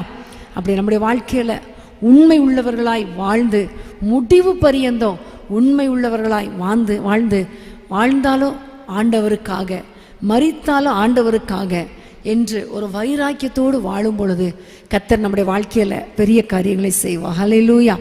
இன்றைக்கி நம்ம திரும்ப ஒரு முறை நம்ம அதை திரும்ப பார்த்துருவோம். நிறைய காரியங்களை நம்ம கற்றுக்கொண்டோம். நன்றி செலுத்துகிற ஒரு குணம், ஜெபம் பண்ணணும். ஜெபம் பண்ணி பதில் கிடைச்ச உடனே நன்றி செலுத்தணும். ரெண்டாவது, பதில் கிடைக்குதோ இல்லையோ நன்றி உடையவர்களாக நம்ம இருக்க வேண்டும். ஹல்லேலூயா. அடுத்தது, ஜனங்கள் மேல், ஆத்துமாக்கள் மேல் கரிசனை உடையவர்களாக மோசே இருந்தது போல நம்ம இருக்கணும். சாந்த குணம் உள்ளவனாக இருந்தது போல நாமும் சாந்த குணம் உள்ளவர்களாக இருக்கணும். உண்மை உள்ளவனாய் இருந்தது போல நாமும் உண்மை உள்ளவர்களாய் இருக்க வேண்டும். அப்படி உண்மை உள்ளவர்களாய் இருக்கும் பொழுது கர்த்தர் நம்மை ஆசீர்வதித்து உயர்த்தி எல்லாவற்றுக்கும் மேலாக பரலோக சந்தோஷத்தை கொடுத்து நம்மை ஆசீர்வதிப்பார். ஆமேன். சரி, இப்போ நம்ம எல்லாரும் கண்களை மூடி ஆண்டவரை நோக்கி ஜெபிக்க போகிறோம். இப்படிப்பட்ட கிருபைகளை எனக்கு தாரும் ஆண்டவரே, மோசே போல என்னை மாற்றுங்க ஆண்டவரே என்று சொல்லி அவரை நோக்கி கேட்போமா? இன்றைக்கு பைபிள் ஸ்டடியில் ஆண்டவர் மோசே இடத்திலிருந்து நிறைய காரியங்களை நமக்கு கற்றுக் கொடுத்திருக்கிறார். அந்த காரியங்களை திரும்ப நினைவு கூர்ந்து, அப்பா, எல்லா காரியங்களிலும் உண்மை உள்ளவர்களாக இருக்க கிருபை தாரும் ஆண்டவரே. நீங்கள் எப்படி உண்மை உள்ளவர்களாக இருக்கிறீர்களோ, மோசே எப்படி உண்மை உள்ளவனாக இருந்தானோ, தாவீது, ஆண்டவரே, எசேக்கியா ராஜா, அப்பா எலியேசர், தாவீது ராஜா, யோசேப்பு, எல்லாரும் எப்படி உண்மை உள்ளவர்களாக இருந்தார்களோ அவர்களைப் போல, வேதாகம பக்தர்களைப் போல நாங்கள் உண்மை உள்ளவர்களாக இருக்க நீர் எங்களுக்கு கொடுத்த பணத்தில், நீர் எங்களுக்கு கொடுத்த பொறுப்புகளில், நீர் எங்களுக்கு கொடுத்த குடும்ப வாழ்க்கையில், நீர் எங்களுக்கு கொடுத்த ஊழியத்தில், நீர் எங்களுக்கு கொடுத்த பணியில், நீர் எங்களுக்கு கொடுத்த பொருளாதாரத்தில், நீர் எங்களுக்கு கொடுத்த நேரத்தில் நாங்கள் உண்மை உள்ளவர்களாக இருக்க, கொஞ்சத்தில் உண்மை உள்ளவர்களாக இருக்க கர்த்தர் எங்களுக்கு கிருபை தாரும் ஆண்டவரே. அதே போல் ஆண்டவரே, எங்கள் ஒவ்வொருவருக்கும் உடைய சாந்த குணத்தை தாரும். எல்லாரும் கேட்ப ஆண்டவர் இடத்துல, இந்த கோபத்தை நீக்கி போடுங்க ஆண்டவரே, டென்ஷனாக பேசுகிறத நீக்கி போடுங்க, வார்த்தை அதிர்ந்து பேசுகிறத நீக்கி போடுங்க, கோபத்தில் கத்துற அந்த சுபாவத்தை எங்களை விட்டு எடுத்து போட்டுருங்கப்பா. எங்களுடைய சாந்த குணம் எல்லா மனுஷருக்கும் தெரிந்திருப்பதாகன்னு சொன்னீங்களே, எங்களை பார்க்குறவங்க சொல்லணும், இவங்க சாந்த குணம் உள்ளவர்கள், சாந்த குணம் உள்ளவர்கள்னு சொல்லணும் ஆண்டவரே. அப்படிப்பட்ட ஒரு சாந்த குணத்தை, அந்த ஆவியின் கனியை எங்கள் ஒவ்வொருவருக்குள்ளே நீர் ஊற்றுவீராக. ஆவியானவரே, எங்களுக்கு இறங்குவீராக என்று கேட்போமா? ஹல்லேலூயா, ஹல்லேலூயா, ஹல்லேலூயா. எல்லா காரியத்திலும் ஆண்டவருக்கு நாம் நன்றி செலுத்துறவர்களாக ஆண்டவர் நம்மை எதிர்பார்க்கிறார். சொஸ்தமானவர்கள் 10 பேர் அல்லவா, மற்ற 9 பேர் எங்கே என்று கேட்கிறதுலேருந்து கர்த்தருடைய எதிர்பார்ப்பு தெரிகிறது அல்லவா? இன்னைக்கு ஆண்டவரை பார்த்து சொல்லுவோமா? அப்பா, எல்லா சூழ்நிலையிலும் தாவீதை போல எக்காலத்திலும் எப்பொழுதும் உங்களை துதிக்கிற துதி என் நாவில் இருக்கும் ஆண்டவரே. இஸ்ரவேல் ஜனங்கள் அற்புதம் செய்த பொழுது துதித்தாங்க, தேவை வந்த பொழுது முறுமுறுத்தாங்க. நாங்கள் அப்படி இருக்க மாட்டோம் ஆண்டவரே. எல்லா சூழ்நிலையிலும் உங்களை துதிப்போம் ஆண்டவரே, உங்களுக்கு நன்றி செலுத்துவோம் ஆண்டவரே. அற்புதம் செய்த உடனேயும் துதிப்போம் ஆண்டவரே, நெருக்க வரும்பொழுதும் துதிப்போம். எல்லா சூழ்நிலையிலும் உங்களை நாங்கள் மகிமைப்படுத்துவோம் ஆண்டவரே என்று சொல்லி ஆண்டவரை நோக்கி சொல்லுவோமா? மோசேயை போல மக்கள் மேலே கரிசனை உள்ளவர்களாய், குடும்பத்தினர் மேலே கரிசனை உடையவர்களாய், எல்லா ஜனங்கள் மேலே, ஆத்துமாக்கள் மேலே கரிசனை உடையவர்களாய் எங்களை மாற்றும் ஆண்டவரே. ஒரு ஜனத்திற்காக அழுது ஜெபிக்கிற ஜனங்கள் படுகிற பாடுகளை பார்க்கும் பொழுது அப்படியே போய்விடாதபடி, கடந்து போய்விடாதபடி அவர்களுக்காக ஆண்டவரே உம்மிடத்திலே கண்ணீர் வடித்து ஜெபிக்கிற ஜெபாவியே எங்களுக்கு தாரும் ஆண்டவரே. கஷ்டப்படுறவங்கள பார்த்து அப்படியே நாங்கள் போய்விடாதபடி ஏதோ ஒரு விதத்தில் சின்ன சின்ன ஹெல்ப் பண்ண கர்த்தர் கிருபை பாராட்டுங்க ஆண்டவரே, கிருபை பாராட்டுங்க ஆண்டவரே. எங்களால் என்ற உதவிகளை ஜனங்களுக்கு செய்ய, மக்களுக்கு செய்ய எங்கள் ஒவ்வொருவருக்கும் கிருபை தாரும் ஆண்டவரே. ஜனங்களை நேசித்து கரிசனையோடு அவர்களுக்காக ஜெபிக்க உதவ எங்களுக்கு கிருபை தாரும் ஆண்டவரே, கிருபை தாரும் ஆண்டவரே. உமக்கு ஸ்தோத்திரம் அப்பா. கற்றுக் கொடுத்த ஒவ்வொரு காரியங்களுக்காக ஆண்டவருக்கு நன்றி செலுத்துவோமா? ஸ்தோத்திரம் அப்பா, ஸ்தோத்திரம் அப்பா, ஸ்தோத்திரம் அப்பா. அன்பின் ஆண்டவரே, உம்மை நோக்கி நாங்கள் பார்க்கிறோம் அப்பா. இன்னைக்கு மோசேயுடைய வாழ்க்கையிலிருந்து எங்களுக்கு நீர் கற்றுக் கொடுத்த இந்த 4 காரியங்களுக்காக உமக்கு ஸ்தோத்திரம் அப்பா. இதை நாங்களுடைய வாழ்க்கையில் அப்பியாசப்படுத்த, மற்றவர்களுக்கும் இதை ஷேர் பண்ண எங்களுக்கு கிருபை தாரும் ஆண்டவரே. ஒவ்வொரு நாளும் உமக்கு நன்றி உடையவர்களாய் இருக்க, ஒவ்வொரு நிமிஷமும் உமக்கு ஆண்டவரை ஸ்தோத்திர பலி செலுத்த எங்களுக்கு கிருபை தாரும் ஆண்டவரே. அப்பா, மற்ற ஜனங்களுக்காக உம்மிடத்திலே பரிந்து பேச, மற்றவர்களுக்கு உதவி செய்ய, மற்றவர்களுக்கு நியாயம் செய்ய, அவர்களுக்காக ஏதாவது ஒரு விதத்தில் அக்கறை உள்ளவர்களாய் நடந்து கொள்ள எங்களுக்கு கிருபை தாரும் ஆண்டவரே. மோசேயை போல ஆண்டவரை சாந்த குணமுள்ளவனாய் நடந்து கொள்ள எங்களுக்கு கிருபை தாரும் ஆண்டவரே. எங்களுடைய சாந்த குணம் எல்லா மனுஷருக்கும் தெரிந்திருக்கும்படி இந்த கோபத்தை எடுத்து போட்டுருங்க ஆண்டவரே. எல்லா எரிச்சலின் ஆவிகளை எடுத்து போட்டுருங்க. பெருமையான மேட்டுமையான எண்ணங்களை எடுத்து போட்டுருங்க அப்பா. சாந்தமும் அமைதிலுமான ஆவி அது எங்களுக்கு அலங்காரமாக இருக்கட்டும் ஆண்டவரே, அலங்காரமாக இருக்கட்டும் ஆண்டவரே. உண்மையுள்ள மனுஷனாக உண்மையாய் வாழ எங்களுக்கு கொடுத்த குடும்பத்தில், எங்களுக்கு கொடுத்த பொறுப்புகளில், எங்களுக்கு கொடுக்கப்பட்ட பொருளாதாரத்தில் ஆண்டவரே நாங்கள் உண்மை உள்ளவர்களாய் வாழ, உண்மையாய் ஜெபிக்க, உண்மையாய் பேச, உண்மையாய் நடந்து கொள்ள, நேரத்தை உண்மையாய் செலவிட எங்கள் ஒவ்வொருவருக்கும் கிருபை தாரும் ஆண்டவரே. கொஞ்சத்தில் உண்மையாய் இருந்து அநேகத்தின் மேல் அதிகாரியாய் இருக்க, உம்முடைய எஜமான் ஆண்டவர் எஜமானாகி உம்முடைய சந்தோஷத்தில் பிரவேசிக்க எங்களுக்கு கிருபை தாரும். உண்மையுள்ள மனுஷன் பரிபூர்ண ஆசீர்வாதங்களை பெறுவான் என்ற வசனத்தின் படி ஆண்டவரே, இந்த செய்தியை கேட்டுக்கொண்டிருக்கிற, இந்த பைபிள் ஸ்டடியில் கலந்து கொண்டிருக்கிற ஒவ்வொருவர் வாழ்க்கையில் உண்மை உள்ளவர்களாய் வாழ, பரிபூர்ண ஆசீர்வாதங்களை பெற்றுக்கொள்ள கிருபை கொடுப்பீராக ஆண்டவரே. மோசேயை போல வாழ்ந்து உம்முடைய நாமத்தை மகிமைப்படுத்த எங்களுக்கு கிருபை தாரும். துதி கன மகிமை எல்லாமக்கே செலுத்துகிறோம். இயேசுவின் நாமத்தில் ஜெபிக்கிறோம் பிதாவே, ஆமென். மாணவர்களே, நாளை சனிக்கிழமை மாலை 5:30 மணிக்கு வேதமே மனமகிழ்ச்சியில் நீங்கள் எங்களோடு கலந்து கொள்ள மறந்துடாதீங்க. நிச்சயமாகவே கர்த்தர் நம்மோடு கூட பேசுவார். அந்த நேரங்கள் மிகவும் ஆசீர்வாதமாக இருக்கும். அது மாத்திரமல்ல, வருகிற ஞாயிற்றுக்கிழமை நம்ம எல்லாருக்கும் தெரியும் முழு இரவு ஜெபம். அந்த முழு இரவு ஜெபத்துக்கு ஆயத்தமாகுங்கள். கர்த்தர் நிச்சயமாக நம்முடைய ஜெபங்களை கேட்டு நம்முடைய குடும்பங்களிலே, தேசத்திலே, சபைகளிலே ஒரு பெரிய எழுப்புதலை கட்டளையிடுவார்.